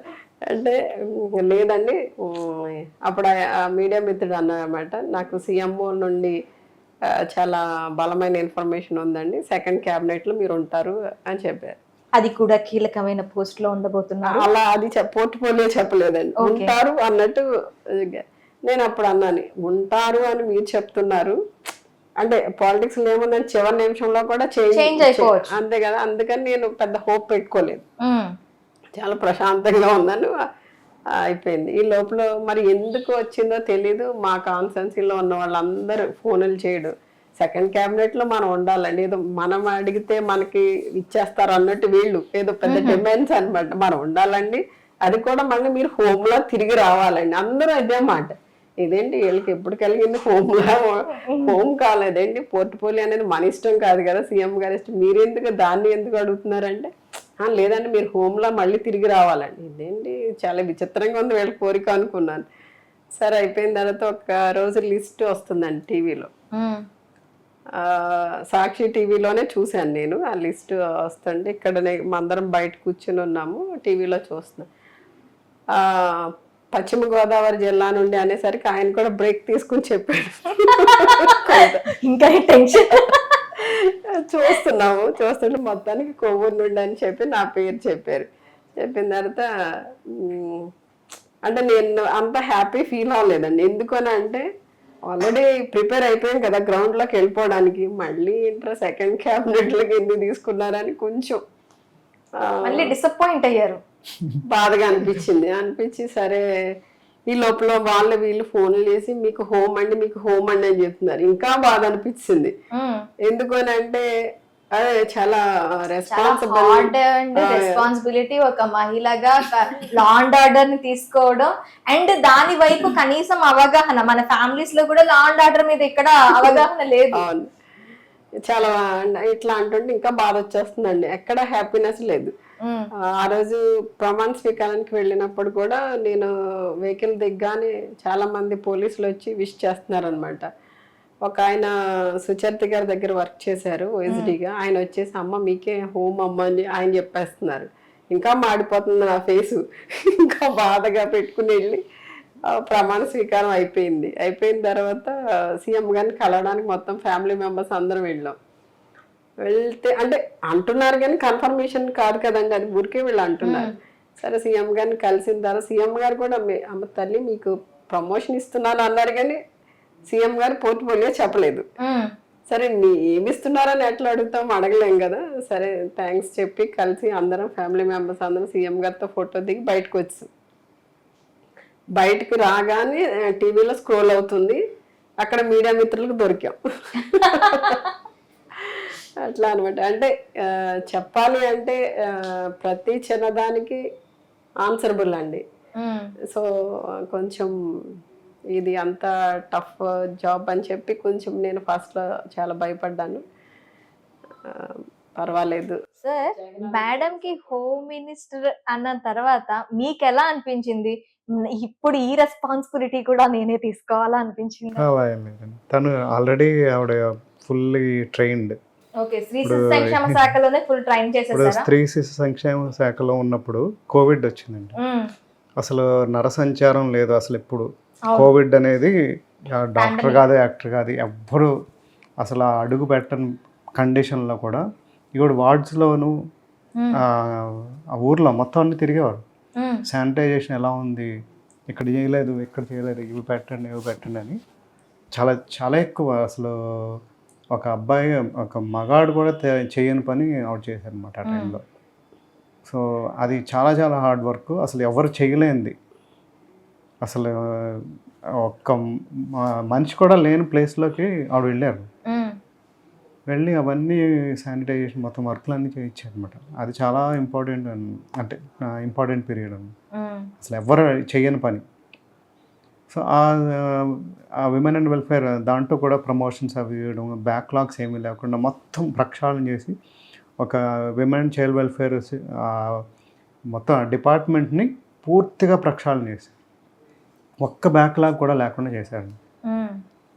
ఆ తర్వాత ఈ మినిస్టర్, హెల్త్ మినిస్టర్, తను అంటే చాలా ఇప్పుడు మేడం ఇంట్రోవర్ట్, ఇవన్నీ చేయగలుగుతారని మీకు అనిపించిందా? లేదండి, ఇంట్లో అలా చేస్తారండి వర్క్. తనకు వర్క్ ఉంటే చాలు, ఆ వర్క్ కంప్లీట్ అయితే కానీ ఇంక నిద్రపోరు. సో అది అలవాటు అయిపోయింది తన మైండ్ సెట్. ఓకే. సో బయటకు వెళ్ళిన తర్వాత కూడా ఇంకా అదే చెప్తున్నాను, ఇప్పుడు కోవిడ్ టైంలో ఎవరైనా సరే ఇంట్లో కూర్చుంటారు. మమ్మల్ని అందరినీ వదిలి తను మాత్రం వెళ్ళి అన్ని వర్క్ చేసి మళ్ళీ వచ్చేవారు. సో ఇది ఖచ్చితంగా తను హోమ్ చేయగలరు అని మీకు అనిపించింది? హోమ్ డిపార్ట్మెంట్కి వచ్చేటప్పటికి డెఫినెట్గా ఇవన్నీ లా అండ్ ఆర్డర్ అనేవి ఏంటంటే ఆటోమేటిక్గా మొత్తం అధికారులు సీఎం దాకా అందరూ పర్యవేక్షణ ఉంటుందండి.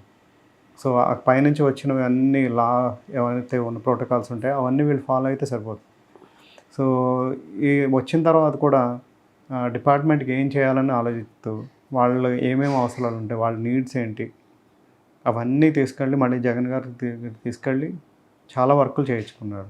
అంటే వాళ్ళకి డిపార్ట్మెంట్కి ఎవరు అంతమంది చేయలేనివి అనమాట. ఓకే మ్యామ్, ఇప్పుడు పుష్ప శ్రీవాణి గారి పేరు తీసుకొచ్చారు కాబట్టి నాకు ఒకటి థాట్ వచ్చింది. జగన్మోహన్ రెడ్డి గారి క్యాబినెట్ లో మాక్సిమం అందరూ కూడా మహిళా మంత్రులు ఎక్కువగా కనిపిస్తూ ఉంటారు మనకి. అంటే ఆ మహిళా మంత్రులు కూడా ఎందుకు అని చెప్పేనంటే మహిళలైతే తన మాట వింటారు, జగన్మోహన్ రెడ్డి మాట వింటారు. సో తన చేతిలోనే అన్ని శాఖలు ఉన్నట్టుంటాయి. సో అందుకనే మహిళలకు ఇచ్చి నామమాత్రపు పోస్టులు మాత్రమే మహిళలకు ఇచ్చి కూర్చోపెట్టారు జగన్మోహన్ రెడ్డి గారు అంటారు. దీంతో ఏకీభవిస్తారా మీరు? లేదండి, అంటే గత ప్రభుత్వాలలో ఎవరు కూడా మహిళలకి ఇంత ఇంపార్టెన్స్ ఇవ్వలేదు.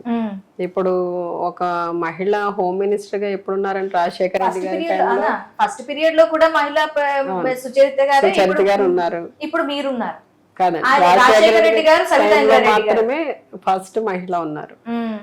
తర్వాత జగన్ అన్న టైంలో సుచరిత గారు ఫస్ట్ టర్మ్ ఉన్నారు, నెక్స్ట్ నేను ఉన్నాను. ఇంకా గత ప్రభుత్వాల్లో ఎప్పుడు చూడండి ఎప్పుడున్నారు హోమ్ మినిస్టర్ గా మహిళలు. అంటే ఇంత కీలకమైన బాధ్యతలు మహిళలకి ఇవ్వడం పట్ల మహిళలు చేయగలరు. ఈ రోజున మన రాష్ట్రంలో ఉన్న మహిళలకు మాత్రమే సంక్షేమ పథకాలండి. పక్క రాష్ట్రాల్లో ఎక్కడ కూడా మహిళల పేరిట ఇన్ని సంక్షేమ పథకాలు లేవు. అంటే మహిళా పక్షపాతిగా జగన్ అన్న ఈ రోజున మహిళల్ని ఎంకరేజ్ చేస్తున్నారు. మహిళలకి ఎక్కువగా మహిళా ఓట్ బ్యాంక్ ఉందని మహిళల్ని ఎంకరేజ్ చేస్తున్నారు అనుకో. అలా ఎందుకు అనుకోవాలండి? అలా అనుకుంటే అమ్మఒడి ఎవరికి ఇస్తున్నారండి? చిన్నపిల్లలు చదువుకునే వాళ్ళకి ఇస్తున్నారు. మరి వాళ్ళకి ఓట్లు ఉన్నాయా అండి? లేవుగా. మరి వేళ లక్షల కోట్లు ఖర్చు పెడుతున్నారండి వాళ్ళకి. అమ్మఒడి కానివ్వండి, విద్యా కానుక కానివ్వండి, వాళ్ళ స్కూల్కి వెళ్ళే వాళ్ళకి గోరుముద్ద కానివ్వండి, రాగి జావ కానివ్వండి, చిక్కీ కానివ్వండి, నాడు నేడు పథకం ద్వారా ఇవన్నీ కూడా లక్షల కోట్లు. కానీ వాళ్ళు ఎవరికి ఓట్ లేదు. మరి ఓట్ బ్యాంక్ కోసమే చేస్తున్నారు అనేది ఎంతవరకు కరెక్ట్? ఈ రోజున ప్రతి కుటుంబంలో కూడా జగనన్న ముఖ్యమంత్రిగా కన్నా ఆ కుటుంబ సభ్యుడిగా ప్రతి కుటుంబం కూడా ఈ రోజున ఓన్ చేసుకుందండి. ఎందుకంటే ఆ కుటుంబంలో మార్పు తీసుకొచ్చారు. పేదరికం అనేది దూరం చేయాలి, పిల్లల్ని చదివిస్తే బాల కార్మికులుగా ఉండరు, బాల కార్మిక వ్యవస్థను దూరం చేయాలి. ఒక సంక్షేమ పథకాన్ని పొందాలి అంటే మధ్యలో దళారులు ఉండకూడదు, దళారీ వ్యవస్థను దూరం చేశారు. అట్లా అన్ని డైరెక్ట్గా ఈ వాలంటీర్ వ్యవస్థని, సచివాలయ వ్యవస్థని తీసుకొచ్చి వాళ్ళందరికీ కూడా అన్ని వాళ్ళ అర్హత ఉంటే అక్కడ కులాలు, మతాలు, రాజకీయాలు, పార్టీలు ఎక్కడా చూడట్లేదండి. వాళ్ళ అర్హతనే క్రైటీరియాగా చూడడం వలన ఈ రోజున వాళ్ళంతా చాలామంది తెలుగుదేశానికి సంబంధించిన వాళ్ళే పెద్దవాళ్ళు. మేము డోర్ టు డోర్ వెళ్ళినప్పుడు మేము కూడా చంద్రబాబు నాయుడు ప్రభుత్వం చూసాము, అంతకుముందు వేరే ప్రభుత్వాలు చూసాము, కానీ ఎప్పుడు కూడా మేము ₹1 తిన్నది లేదు ప్రభుత్వం అంటే. ఈ రోజున జగన్మోహన్ రెడ్డి గారు ఇస్తున్నారని వాళ్ళు చాలా హ్యాపీగా చెప్తున్నారండి. అయితే శాఖాపరమైన బాధ్యతలు మీ మీద బర్డెన్ పెంచే అనుకోవచ్చా? డెఫినెట్ గా అండి. ఎలా తీసుకుంటున్నారు వాటిని? అంటే ఇప్పుడు మీరు చేయటం నాకు కష్టంగా ఫీల్ అవుతున్నారా? అప్పుడు అంటే తీసుకున్న బాధ్యతలు తీసుకునేటప్పుడు ఎవరికైనా భారంగానే ఉంటుంది. అంటే ఈ ట్రావెల్లో వస్తూ ఉన్నప్పుడు, అంటే ఇప్పుడు ఈ 2 years ఆఫ్ స్పాన్ లో మీకు ఈ శాఖ గురించి అంటే ఎలా అనిపించింది? హోమ్ శాఖ ఎలా అనిపిస్తుంది? అంటే చెప్పాలంటే అండి, ఇప్పుడు మా శాఖలో చాలా డిఫరెంట్ బ్రాంచెస్ ఉంటాయి. ఇంటెలిజెన్స్ ఉంటుంది, ఫైర్ ఉంటుంది, పోలీస్ డిపార్ట్మెంట్ ఉంటుంది, ఎస్ఓటి ఉంటుంది, దిశ పోలీస్ సెబ్ వాళ్ళు ఉంటారు, ఇంకా రకరకాల అన్నీ ఉంటాయండి. ఇవన్నిటి గురించి కూడా మనం ఏంటంటే ఫస్ట్ ఏ డిపార్ట్మెంట్కి ఆ డిపార్ట్మెంటే మనం హ్యాండిల్ చేయాలి. వాళ్ళకి అంటే ప్రతి డిపార్ట్మెంట్కి డీజీ ఉంటారు కనుక మనం వాళ్ళతో పాటు వాళ్ళకున్న ఎవరైతే డిఐజీలు, ఎస్పీలు ఉంటారో వాళ్ళందరితో కోఆర్డినేట్ చేసుకుంటూ, అంటే జనరల్గా వాళ్ళకున్న ప్రాబ్లమ్స్ ఏంటి ఫస్ట్ అవి మేము రివ్యూస్ పెట్టి వాళ్ళ ప్రాబ్లమ్స్ ఏంటి అనేది ఐడెంటిఫై చేయడం, అవి సీఎం గారి దృష్టికి తీసుకువెళ్ళడం, అది క్లియర్ చేయడం. రెండవది మనం ఇంకా బెటర్గా ఏం చేయగలం, వాళ్ళకి ఇంకా వాళ్ళు హ్యాపీగా ఉండడానికి ఏం చేయగలం, ఇవన్నీ అన్నీ కూడా ఏదైనా కూడా రివ్యూ కండక్ట్ చేసిన తర్వాత సీఎం గారి దృష్టికి తీసుకువెళ్ళడం జరుగుతుందండి. సీఎం గారు కూడా వెంటనే స్పందించి సపోర్ట్ చేస్తారు. జగన్మోహన్ రెడ్డి గారు ప్రభుత్వం వచ్చిన తర్వాత పోలీసులకి ఇంతకు ముందు వీక్ ఆఫ్ ఉండేది కాదండి. ఆ వీక్ ఆఫ్ అనేది ఎంతవరకు అమలు అవుతుంది? ఆ వీక్ ఆఫ్ ఇవ్వడం కరెక్టేనా? అది ఎంతవరకు అమలు అవుతుంది అసలు? వీక్ ఆఫ్ అంటే స్టాఫ్ సరిపడా ఉన్న స్టేషన్లో వీక్ ఆఫ్ అమలు అవుతుందండి. కొన్ని చోట్ల స్టాఫ్ కొంత తక్కువ ఉంటారు, అక్కడ కొంత వీక్ ఆఫ్ అనేది అవ్వట్లేదు. ఇప్పుడు మేము ఆల్రెడీ పోస్టులు తీసున్నాము కదండి, త్వరలోనే ట్రైన్ అయ్యి వస్తారు కనుక ఎప్పుడైతే ఈ సిబ్బంది వస్తారో సరిపోతుందండి, అప్పుడు అందరికీ కూడా వీక్ ఆఫ్ అమలు అవుతుంది. క్యాబినెట్ లో మీరు డబల్ ఇది చేశారు కదా, స్త్రీ శిశు సంక్షేమ శాఖ, ఇప్పుడు హోమ్ మినిస్టర్. ఈ రెండిట్లో మీకు ఏది బాగా నచ్చడం అంటే రెండు బాధ్యత ఏదైనా అంటే చేసేటప్పుడు మనం హార్ట్ఫుల్ గా చేస్తే ఏదైనా ఒకటేనండి. అంటే అక్కడ మనం ఫస్ట్ ఆఫ్ ఆల్ ఏది అక్కడ ప్రాబ్లం ఉంది ఆ ప్రాబ్లం మనం క్లియర్ చేయాలి. ఆ క్లియర్ చేసే విధంగా మనం ఆలోచన చేసి ఎవరైతే ఆ డిపార్ట్మెంట్లో ఉద్యోగస్తులు ఉన్నారా లేకపోతే ప్రజల నుండి లబ్ధిదారులు ఉన్నారా వాళ్ళకి నీడ్ ఉంది వీళ్ళకి నీడ్ ఉంది అనేది మనం తెలుసుకుని ముఖ్యమంత్రి గారి దృష్టికి తీసుకువెళ్ళి గవర్నమెంట్ నుండి వాళ్ళకి కావాల్సిన ప్రతి ఒక్కటి చేయించడమేనండి. నాకు మీ దగ్గరికి ఇంటర్వ్యూకి వస్తున్నాను అంటే ఫస్ట్గా వచ్చిన క్వశ్చన్ మేడం, ఇది ఫస్ట్గా వచ్చిన క్వశ్చన్. ఒక మహిళ స్త్రీ శిశు సంక్షేమ శాఖ మంత్రిగా చేశారు, హోం మంత్రిగా ఉన్నారు, అండ్ ఒక ఎంఎస్సి ఎంఈడి చేశారు, ఎంఎస్సి ఆ తర్వాత లెక్చరర్గా కొంత విద్యార్థుల మైండ్ సెట్ని అర్థం చేసుకున్నారు. కాకుండా ఒక ఆడపిల్లకి తల్లి. ఎన్ని క్వాలిఫికేషన్స్ ఉన్నాయి మేడంకి, తను ఎలా నోరు జారగలిగారు? అసలు ఎందుకు అంత పెద్ద మాట అనేసారు? ఏ మాట అండి? అది అమ్మాయి రేప్ ఇన్సిడెంట్ లో అమ్మాయి రోడ్డు మీదకి రావడం కరెక్ట్ కాదు అని ఒక ఇది రోడ్డు మీదకి రావడం కరెక్ట్ కాదు ఆ టైం అంటే తల్లిదండ్రులకు సంథింగ్ ఏదో నెగిటివ్, అమ్మాయి గురించి ఒక నెగిటివ్ కామెంట్ అనేది బయటికి వెళ్ళిందని విన్నాం. కాదండి, హోమ్గా నేను ఉన్నప్పుడు వైజాగ్ ఒక దిశ పోలీస్ స్టేషన్ విజిట్కి వెళ్ళాను. వెళ్ళినప్పుడు అక్కడ చిన్న చిన్న పిల్లలు వాళ్ళు ఇబ్బంది పడిన వాళ్ళు నా దగ్గరికి తీసుకొచ్చారు. నాతో వాళ్ళు అదే ఆ పిల్లలు సరిగ్గా అంటే ఒకళ్ళు 5 years, ఒకళ్ళు అయితే 6 years, అట్లా చిన్న ఏజ్ అన్నమాట. వాళ్ళకి సరిగ్గా మాట్లాడడం కూడా రాదు, వాళ్ళకి ఏమి ఇబ్బంది జరిగిందో కూడా చెప్పలేని పరిస్థితిలో వాళ్ళు ఉంటే కొంచెం బాధ అనిపించి, సరే ఏంటి ఈ ఏజ్లో వీళ్ళకి ఇలాంటి ఇబ్బందులు ఏంట్రా అనుకుని బాధపడ్డాను. ఆ రోజు అక్కడ ప్రెస్ మీట్ జరిగింది. ప్రెస్ మీట్లో ఇలాంటి సిచ్యుయేషన్స్ వచ్చినప్పుడు గవర్నమెంట్ సపోర్ట్ ఉంటుంది, చట్టాలు ఉన్నాయి.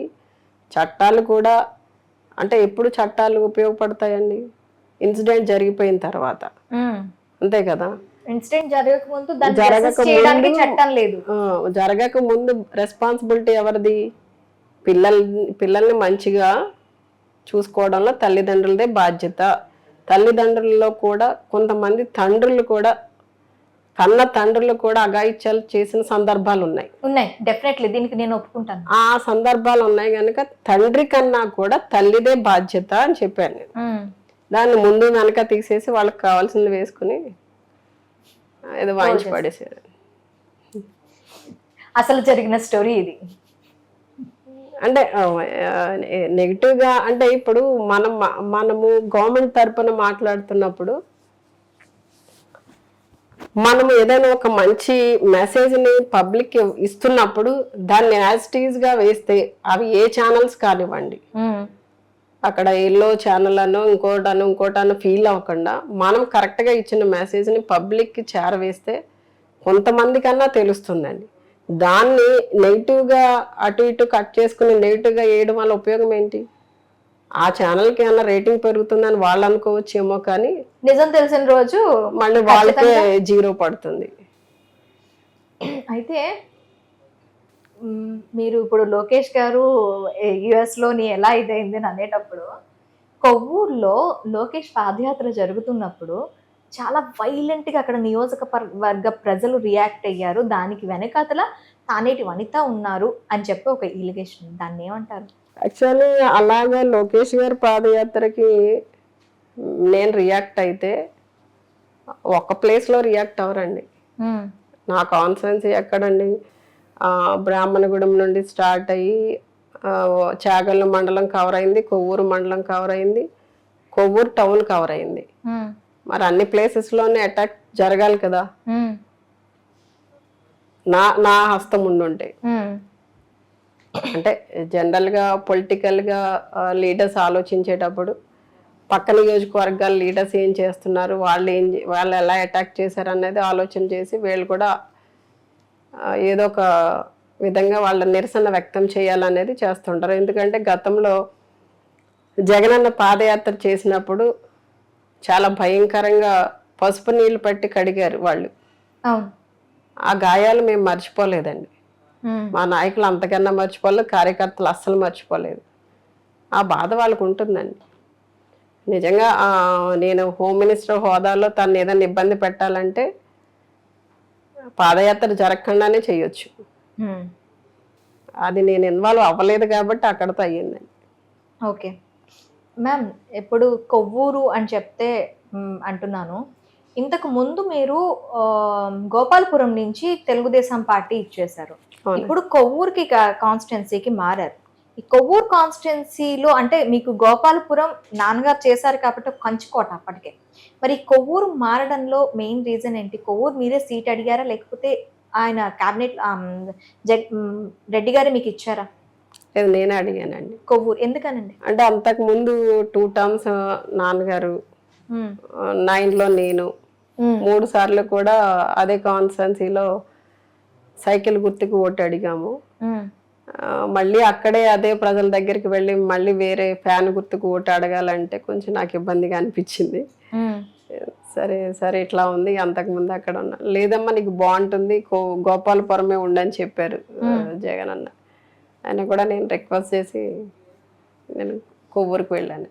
ఓకే, కొవ్వూరులో మీరు అటు స్త్రీ సంక్షేమ శాఖ మంత్రిగా ఉంటుండి, ఇటు హోమ్ మినిస్టర్ గా ఉంటుండి, కొవ్వూరులో ఎలాంటి డెవలప్మెంట్స్ తీసుకొచ్చారు? అంటే ఇప్పుడు మేము అంటే కాన్స్టెన్సీ కొంచెం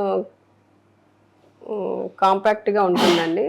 అన్ని రోడ్స్, ఆర్ఎన్బి రోడ్స్ కానివ్వండి, జడ్పీ రోడ్స్ కానివ్వండి, అన్నీ వేయడం జరిగింది. నెక్స్ట్ ఈ మధ్యనే సీఎం గారి ప్రోగ్రాంలో ఒక మీటింగ్ జరిగింది నా దగ్గర. మేము సీఎం గారిని అడగడం జరిగింది, ఆల్రెడీ ప్రామిస్ అయ్యింది. ఆ ప్రాసెస్ అంతా ఫైనాన్స్లో ఉన్నాయండి. కొద్ది రోజులు అంటే నాకు తెలిసినంత వరకు సంక్రాంతి తర్వాత మొత్తం జియోస్ అన్నీ కూడా ఇష్యూ అవుతాయి. ఒకటి డిగ్రీ కాలేజ్ తీసుకొచ్చామండి. ఎప్పటి నుండో కొవ్వూరికి డిగ్రీ కాలేజ్ లేదు. డిగ్రీ కాలేజ్ని శాంక్షన్ తీసుకురావడమే కాకుండా ఈ రోజున 32 మెంబర్స్ ఉన్నారు ఫ్యాకల్టీ. జగనన్న ఫ్యాకల్టీని ఇచ్చారు. నిజంగా అది అంటే అక్కడ ఇన్ఫ్రాస్ట్రక్చర్ లేకపోయినా కూడా ఫ్యాకల్టీని అయితే ఇచ్చేశారు. మొన్న సీఎం గారు మీటింగ్లో బిల్డింగ్స్కి శాంక్షన్ ఇచ్చున్నారు. అట్లానే అది త్వరలో చేస్తామండి. అక్కడ ఎప్పటి నుండో ఉన్నది ఏంటంటే, ఒకటి లాస్ట్ గవర్నమెంట్లో ముస్లిమ్స్కి షాదీఖానా శాంక్షన్ చేశారు అని చెప్పి ఒక పేపర్ మీద అయితే వాళ్ళు ఆర్డర్ కాపీలా ఇచ్చారు, కానీ ఆ శాంక్షన్స్ లేవు, అక్కడ ఏది కూడా జరగలేదు. అయితే ఈ మధ్య కాలంలో సీఎం గారిని అడిగి షాదీఖానాని శాంక్షన్ చేయించడం, ఒక్కొక్క మండలానికి 3 అంబేద్కర్ భవన్స్ అడగడం జరిగింది. అవి త్వరలో ఇస్తారండి. అట్లనే ఇప్పుడు జగనన్న ప్రతి ఒక్కరికి అర్హత ఉన్న వాళ్ళందరికీ కూడా హౌస్ సైట్స్ ఇచ్చారు. చాలా నియోజకవర్గాలలో అయితే కొన్ని ప్రాబ్లమ్స్ ఉండడం వల్ల హౌస్ సైట్స్ ఇవ్వలేకపోవడము, లేకపోతే ఏదైనా హౌస్ సైట్ని రికమెండ్ చేస్తే దాని మీద వాళ్ళు కోర్టుకు వెళ్ళడము, ఇలాంటివి జరిగాయి. కానీ నా కాన్స్టిట్యున్సీలో ప్రతి విలేజ్లో కూడా హౌస్ సైట్స్ ఇచ్చామండి. అది చాలా హ్యాపీయెస్ట్ థింగ్ అనమాట. ఇచ్చిన హౌస్ సైట్స్ అన్నిటిలో కూడా హౌసెస్ కూడా శాంక్షన్ చేయించడం జరిగింది. కొంతమంది అయితే ఓన్ సైట్స్ ఉన్న వాళ్ళు ఉన్నారు, మేము ఇల్లు కట్టుకుంటామంటే వాళ్ళకి కూడా ఎక్స్ట్రా ఈ రోజున 2000 మెంబర్స్కి అంటే స్థలం ఉన్న వాళ్ళకి కూడాను ఇల్లు కట్టుకోవడానికి, సొంత భూమి ఉన్న వాళ్ళకి ఇల్లు శాంక్షన్ చేయించాం. ఓకే. అట్లానే ఎప్పటి నుండో టౌన్లో ఒక సమస్య ఉందండి. ఏంటంటే అది ఇందిరమ్మ కాలనీ అని ఉందండి. అది రాజశేఖర రెడ్డి గారి టైంలో ఇచ్చిన హౌసెస్ అనమాట. వాళ్ళు ఇల్లు కట్టేసుకుని ఎప్పటి నుండో ఆ ఇంట్లో ఉంటున్నారు, కానీ వాళ్ళకి పట్టా అంటూ లేదు. ఆ ఇంటికి సంబంధించి ఏ పేపరు లేదు. వాళ్ళకి 1500 మెంబర్స్కి వాళ్ళకి పట్టాలు ఇప్పించడం జరిగింది. అంటే అది ఎప్పటి నుండో ఉన్న క్రానిక్ అనమాట అది. అట్లానే పక్కన ఇంకా కొంచెం దూరంగా ఒక లెపసీ కాలనీ ఉంది. దానికి కూడా అంటే ఎప్పుడో కట్టిన చిన్న చిన్న వాళ్ళ హౌసెస్ అవన్నీ కూడా శిథిలం అయిపోయినాయి. వాళ్ళకి కూడా ఇప్పుడు పట్టాలు ఇచ్చి వాళ్ళకి కూడా హౌసెస్ శాంక్షన్ చేయడం జరిగింది. అంటే జనరల్గా ఫస్ట్ ఫేజ్లో అందరికి హౌస్ సైట్స్ ఇచ్చాము.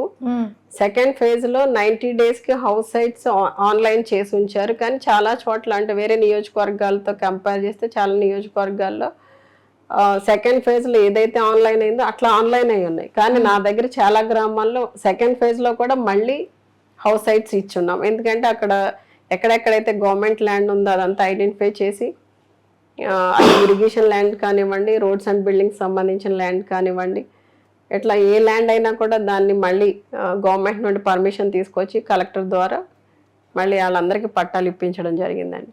ఓకే.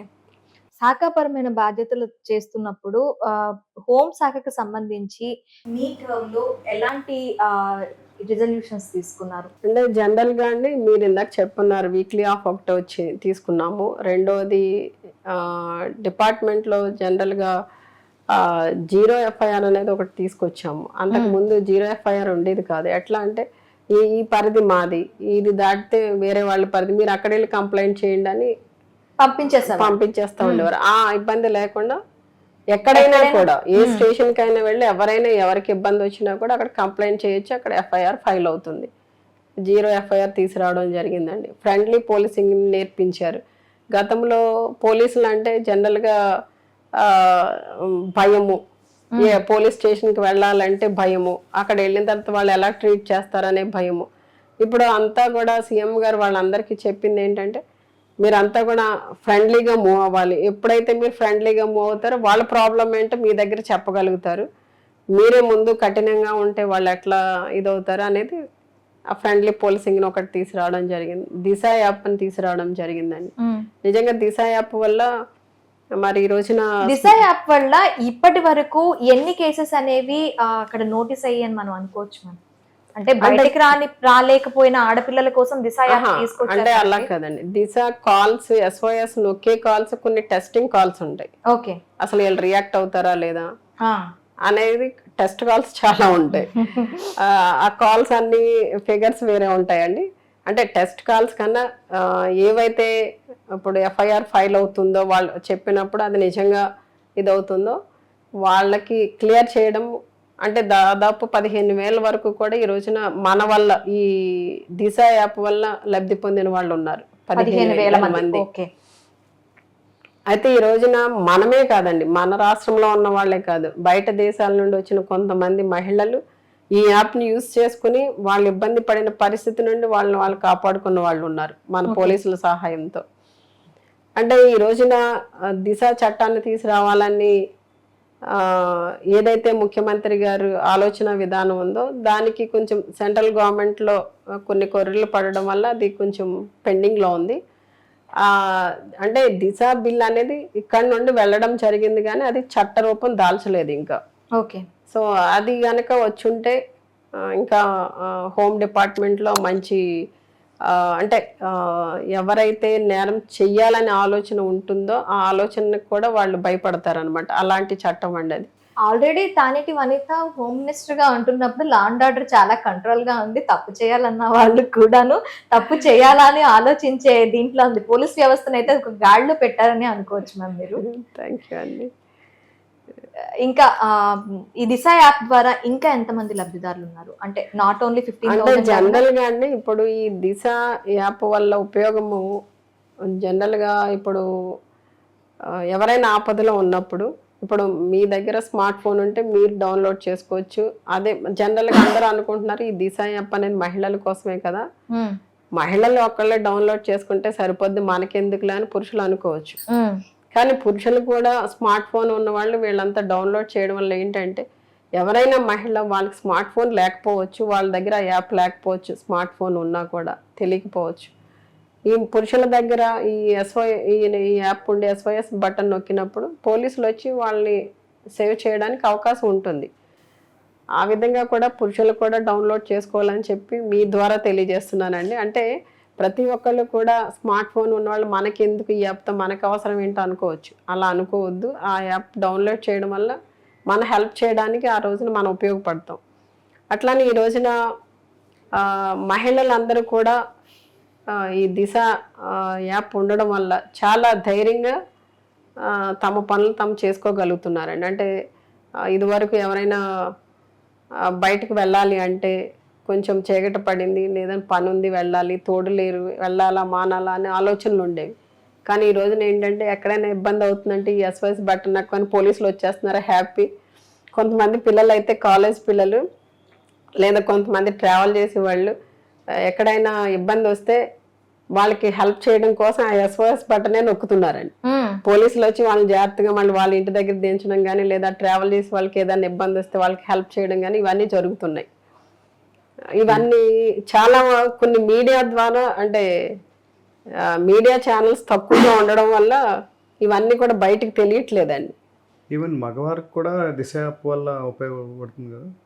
అదే చెప్పాలి ఇప్పుడు మగవాళ్ళకి కూడాను. మగవాళ్ళకి కూడా, మగవాళ్ళు వేరే అమ్మాయిలకు కాకుండా మగవాళ్ళు ప్రమాదంలో ఉన్నప్పుడు కూడా SOS నొక్కితే వచ్చి రెస్క్యూ చేస్తారు. నెక్స్ట్ మళ్ళీ ఎలక్షన్స్ వస్తున్నాయి కదా, ఏ ఎజెండాతో ముందుకెళ్ళబోతున్నారు? అంటే ఎజెండా అవసరం లేదండి మాకు. ఇంతవరకు అంటే లాస్ట్ 19లో మేము పోటీ చేసినప్పుడు జగన్ అన్న ఏదైతే చెప్పారో మేనిఫెస్టోలో ఏదైతే పెట్టున్నారో ఆ మేనిఫెస్టోలో పెట్టినవి, మేనిఫెస్టోలో చెప్పనివి కూడా కొన్ని పథకాలు జగన్ అన్న ఈ రోజున ప్రతి ఒక్కరికి ఇవ్వడం జరిగిందండి. అన్ని వర్గాల వారిని కూడా జగన్ అన్న సాటిస్ఫై చేయడం జరిగింది. అంటే ఇంత తక్కువ పీరియడ్లో, అది కూడా మళ్ళీ ఒక 2 years కరోనా, మన రాష్ట్రం యొక్క పరిస్థితి, ఆర్థిక పరిస్థితి చాలా ఇబ్బందికరంగా ఉంది. కరోనా వల్ల ఆర్థిక భారం పెరిగింది. జనరల్గా అయితే ఇచ్చిన ప్రామిస్లో ఇంకొకళ్ళు అయితే నిజంగా పోస్ట్పోన్ చేయడమో క్యాన్సిల్ చేయడమో ఇలాంటివి చేసేవాళ్ళు. జగనన్న కావడం వల్లనే ఈ రోజున ఏ ఒక్క సంక్షేమ పథకాన్ని కూడా పోస్ట్పోన్ చేయకుండా ఏదైతే చెప్పారో ఆ సమయానికి అన్ని ఇస్తున్నారు. ఇంత చక్కగా అన్ని సంక్షేమ పథకాలు, ఓ ప్రక్కన అభివృద్ధి, ఈ రోజున ప్రతి గ్రామంలో కూడా గ్రామ సచివాలయాన్ని, RBK హెల్త్ సెంటర్స్, అసలు ఎప్పుడు కూడా ఇవి లేవండి. ఒక పంచాయతీ ఆఫీసు చూస్తే అది ఏదో బూత్ బంగ్లాలా ఉండేది. అలాంటిది ఈ రోజున గ్రామ సచివాలయాలు, అక్కడ మళ్ళీ సిబ్బంది, ఒక 11 డిపార్ట్మెంట్కి సంబంధించిన ఎంప్లాయీస్ ఉంటున్నారు.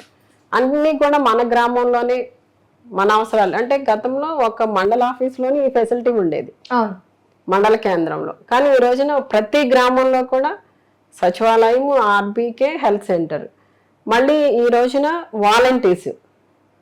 వాలంటీర్స్ అందరూ కూడా మన ఇంటికి వచ్చి మన అవసరం ఏదో తెలుసుకుని మనం అర్హత కలిగి ఉన్నామా లేదా చూసి సచివాలయంలో ఆన్లైన్ చేయించడం, మళ్ళీ తెచ్చి మనకు అందించడం. ఈ రోజున రేషన్ మన ఇంటికి వస్తుంది, పెన్షన్ మన ఇంటికి వస్తుంది. మధ్యలో ఎవరు దళారులు లేకుండా హ్యాపీగా మరి ప్రజలందరూ కూడా వాళ్ళ అవసరాలు, వాళ్ళకి కావాల్సిన సంక్షేమ పథకాలు పొందుతున్నారు. అంటే ప్రజలందరూ చాలా వరకు చాలా హ్యాపీగా ఉన్నారండి. ఇంకా కొంతమంది వేరే పార్టీకి సంబంధించిన వాళ్ళు, కరగట్టిన తీవ్రవాదులు ఉంటారు, వాళ్ళు కూడా పొందినా కూడా వాళ్ళు అలానే మాట్లాడతారు. కానీ ఈ రోజున సంక్షేమ పథకాలు పొందిన ప్రతి ఒక్కళ్ళు కూడా చాలా హ్యాపీగా ఉన్నారు. ఇలాంటి ప్రభుత్వం కావాలి, ఇలాంటి ముఖ్యమంత్రి కావాలని అనుకుంటున్నారు. ఎన్నికలు ఎప్పుడు వచ్చినా కూడా మళ్ళీ జగనానికి ఓటు వేసి జగనన్నని ఈ రాష్ట్రానికి ముఖ్యమంత్రిని చేయడానికి సిద్ధంగా ఉన్నారు. అయితే ఇప్పుడు సంక్రాంతికి వచ్చాం, ఎలా సెలబ్రేట్ చేసుకోబోతున్నారు సంక్రాంతి? ఈ సంక్రాంతికైనా మొత్తం ఫ్యామిలీ అంతా, పాప కూడా US నుంచి వచ్చింది, ఎలా జరుపుకోబోతున్నారు సంక్రాంతి? సంక్రాంతి అంటేనే మేము అందరం కలిసి ఉండడం అండి. అంటే జనరల్గా సంక్రాంతి టైంలో నాకు కూడా కొంచెం, అంటే నాకు కొంచెం బయట సంక్రాంతి సెలబ్రేషన్స్కి పిలుస్తూ ఉంటారు. మా కాన్స్టిట్యున్సీలో వేరే వేరే విలేజెస్లో సెలబ్రేట్ చేసేదాన్ని కొన్ని వెళ్తూ కొన్ని స్కిప్ చేస్తూ ఉంటానండి. కొంచెం పేషెంట్స్ కూడా తక్కువ వస్తుంటారు. ఈ సమయంలో కొంచెం ఫ్యామిలీతో ఉండడానికి కొంచెం అవకాశం ఉంటుంది. మేమంతా ఇంకా అలా కలిసి ఉండి వేరే బయటికి వెళ్ళడం కానీ లేదా ఇంట్లోనే మొత్తం మా ఫ్యామిలీ మెంబర్స్ అందరూ రావడం కానీ జరుగుద్దండి. అంటే అప్పుడప్పుడు అంటే టైం ఉన్నప్పుడు ఇది వరకు మేము సంక్రాంతి టైంలో మేము అరకు అట్లా వెళ్ళామండి. అరకు, వైజాగ్ అట్లా వెళ్ళి అక్కడ అంతా కూడా ఫుల్ గాలిపటాలు ఎగరేసుకోవడం ఇవన్నీ చేసేవాళ్ళం. ఈసారి ఎలా ఇప్పుడు అంత అంటే హోమ్ గా ఉన్నప్పుడు అంత ప్రైవసీ లేదండి. సో అంటే ఆ గాలిపటాలు అవన్నీ ఎగరవేసింది ప్రతిపక్షంలో ఉన్నప్పుడు. అప్పుడు ఎవరు అంత పట్టించుకునేవారు కాదు కనుక కొంత సమయం ఉండేది కనుక మేము కొంచెం అట్లా బయటకు వెళ్ళి ఎంజాయ్ చేసేవాళ్ళం. ఇప్పుడు కొంచెం కష్టం అండి. ఏంటో సంక్రాంతికి వచ్చావు, ఎలా సెలబ్రేట్ చేసుకోబోతున్నావు మరి? మమ్మీ డాడీతో టైం స్పెండ్ చేయడం. ఓన్లీ మమ్మీ డాడీతో టైం స్పెండ్ చేయటమేనా? ఫ్యామిలీ. ఫ్యామిలీ ఫ్యామిలీ ఇక్కడ కూడాను ఫ్రెండ్స్ ని అలో చేయవా? మళ్ళీ మమ్మీ ఐడెంటిటీ తెలిసిపోతుంది, నీ ఐడెంటిటీ తెలిసిపోతుంది అంటావా? నితిన్ డిగ్రీ ఇంజనీరింగ్ ఇక్కడ భీమవరం విష్ణులో చదివిందండి. విష్ణులో చదివేటప్పుడు అంటే అదే ఫస్ట్ హాస్టల్కి వెళ్ళడం ఇంజనీరింగ్లో. మేము ఇక్కడ నుండి ప్రతి వారం వెళ్ళిపోయే వాళ్ళం అనమాట, డాక్టర్ గారు నేను. పొద్దున్న అంటే తనకి హాలిడే ఏదన్నా ఉంది అంటే ఫ్రైడే ఈవినింగ్ వెళ్ళిపోవడం, తీసుకొచ్చేయడం, సాటర్డే సండే ఉండడం, లేదా తను మండే వెళ్తానంటే మండే, లేదా ట్యూస్డే అంటే ట్యూస్డే వెళ్ళేది.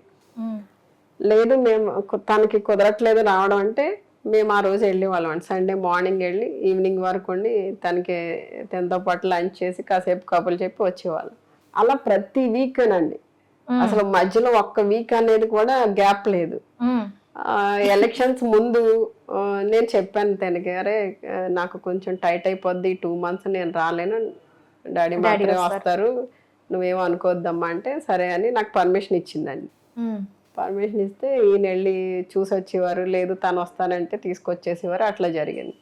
ఎలక్షన్స్ అయిపోయినాయి అండి, రిజల్ట్ వచ్చేసింది. ఫస్ట్ క్యాబినెట్లో నేను ఉన్నాను. వస్తానంటే రానివ్వట్లేదండి. నువ్వు రావద్దు, నువ్వు వచ్చావంటే ఎస్కాట్ గన్మెన్స్ ఈ హడావడి నేను ఎవరో తెలిసిపోతుంది. అలా 6-7 months నన్ను ఎంటర్ అవనివ్వలేదండి. నేనే వస్తాను తనే వచ్చేసేదండి. వాళ్ళ డాడీని రమ్మని రావడమో లేకపోతే వాళ్ళ డాడీని ఒక్కరినే పంపించమని. ఆ క్వాలిటీ ఎక్కడి నుంచి వచ్చిందంటారు? డాక్టర్ గారు అలాగే ఉంటారండి, డాక్టర్ గారు అలాగే ఉంటారు. మినిస్టర్ గారు అమ్మాయి అనేది ఒక మీటింగ్ పెడితే ఆ రోజు తెలిసిందండి అందరికి. ఓకే. ఆ మీటింగ్ లో అదే నేను women and child welfare department లో ఉన్నప్పుడు ఈ కాలేజ్ పిల్లలకి, స్కూల్ పిల్లలకి అవేర్నెస్ క్యాంప్స్ కండక్ట్ చేసేవాళ్ళం. ఇంకా తను ఎలాగో నన్ను రానివ్వట్లేదని వీళ్ళ కాలేజ్లో డిపార్ట్మెంట్ ప్రోగ్రామ్ ఒకటి కండక్ట్ చేసి దానికి నేను గెస్ట్ గా వెళ్ళి అక్కడ మా అమ్మాయి అని చెప్పారా? అప్పుడు నీ రియాక్షన్ ఏంట్రా? తెలిసిపోయింది అందరికి తెలిసిపోయింది. ఓకే మ్యామ్, ఇలాంటి నవ్వులే మొత్తం కూడా లైఫ్ అంతా, ఇలాంటి సంక్రాంతులు ఇంకా జరుపుకుంటూ చాలా హ్యాపీగా ఉండాలని కోరుకుంటున్నాం. చూసారు కదా, మంత్రి గారు హోం మంత్రిగా ఉంటూ ఓ పక్క హోమ్ ని కంట్రోల్ చేస్తూ మరొక పక్క రాష్ట్రాన్ని కంట్రోల్ చేస్తూ లా అండ్ ఆర్డర్ ని పర్ఫెక్ట్ గా ఆంధ్రప్రదేశ్ లో ఉండే విధంగా చేస్తూ ఇంకో మళ్ళీ నెక్స్ట్ ప్రభుత్వం వచ్చినప్పటికి కూడాను జగనన్న ఏవైతే చెప్తారో ఆ ఇన్స్ట్రక్షన్స్ ఫాలో అవుతూ ప్రజల్లో మమేకమై ప్రజల్లోని కలిసిపోయి వాళ్లతోనే మళ్ళీ ప్రభుత్వాన్ని ఏర్పాటు చేస్తామంటూ మన ముందుకు వస్తున్నారు. మరొక స్పెషల్ గెస్ట్ తో మేము ముందుకు వస్తాం. Stay with us.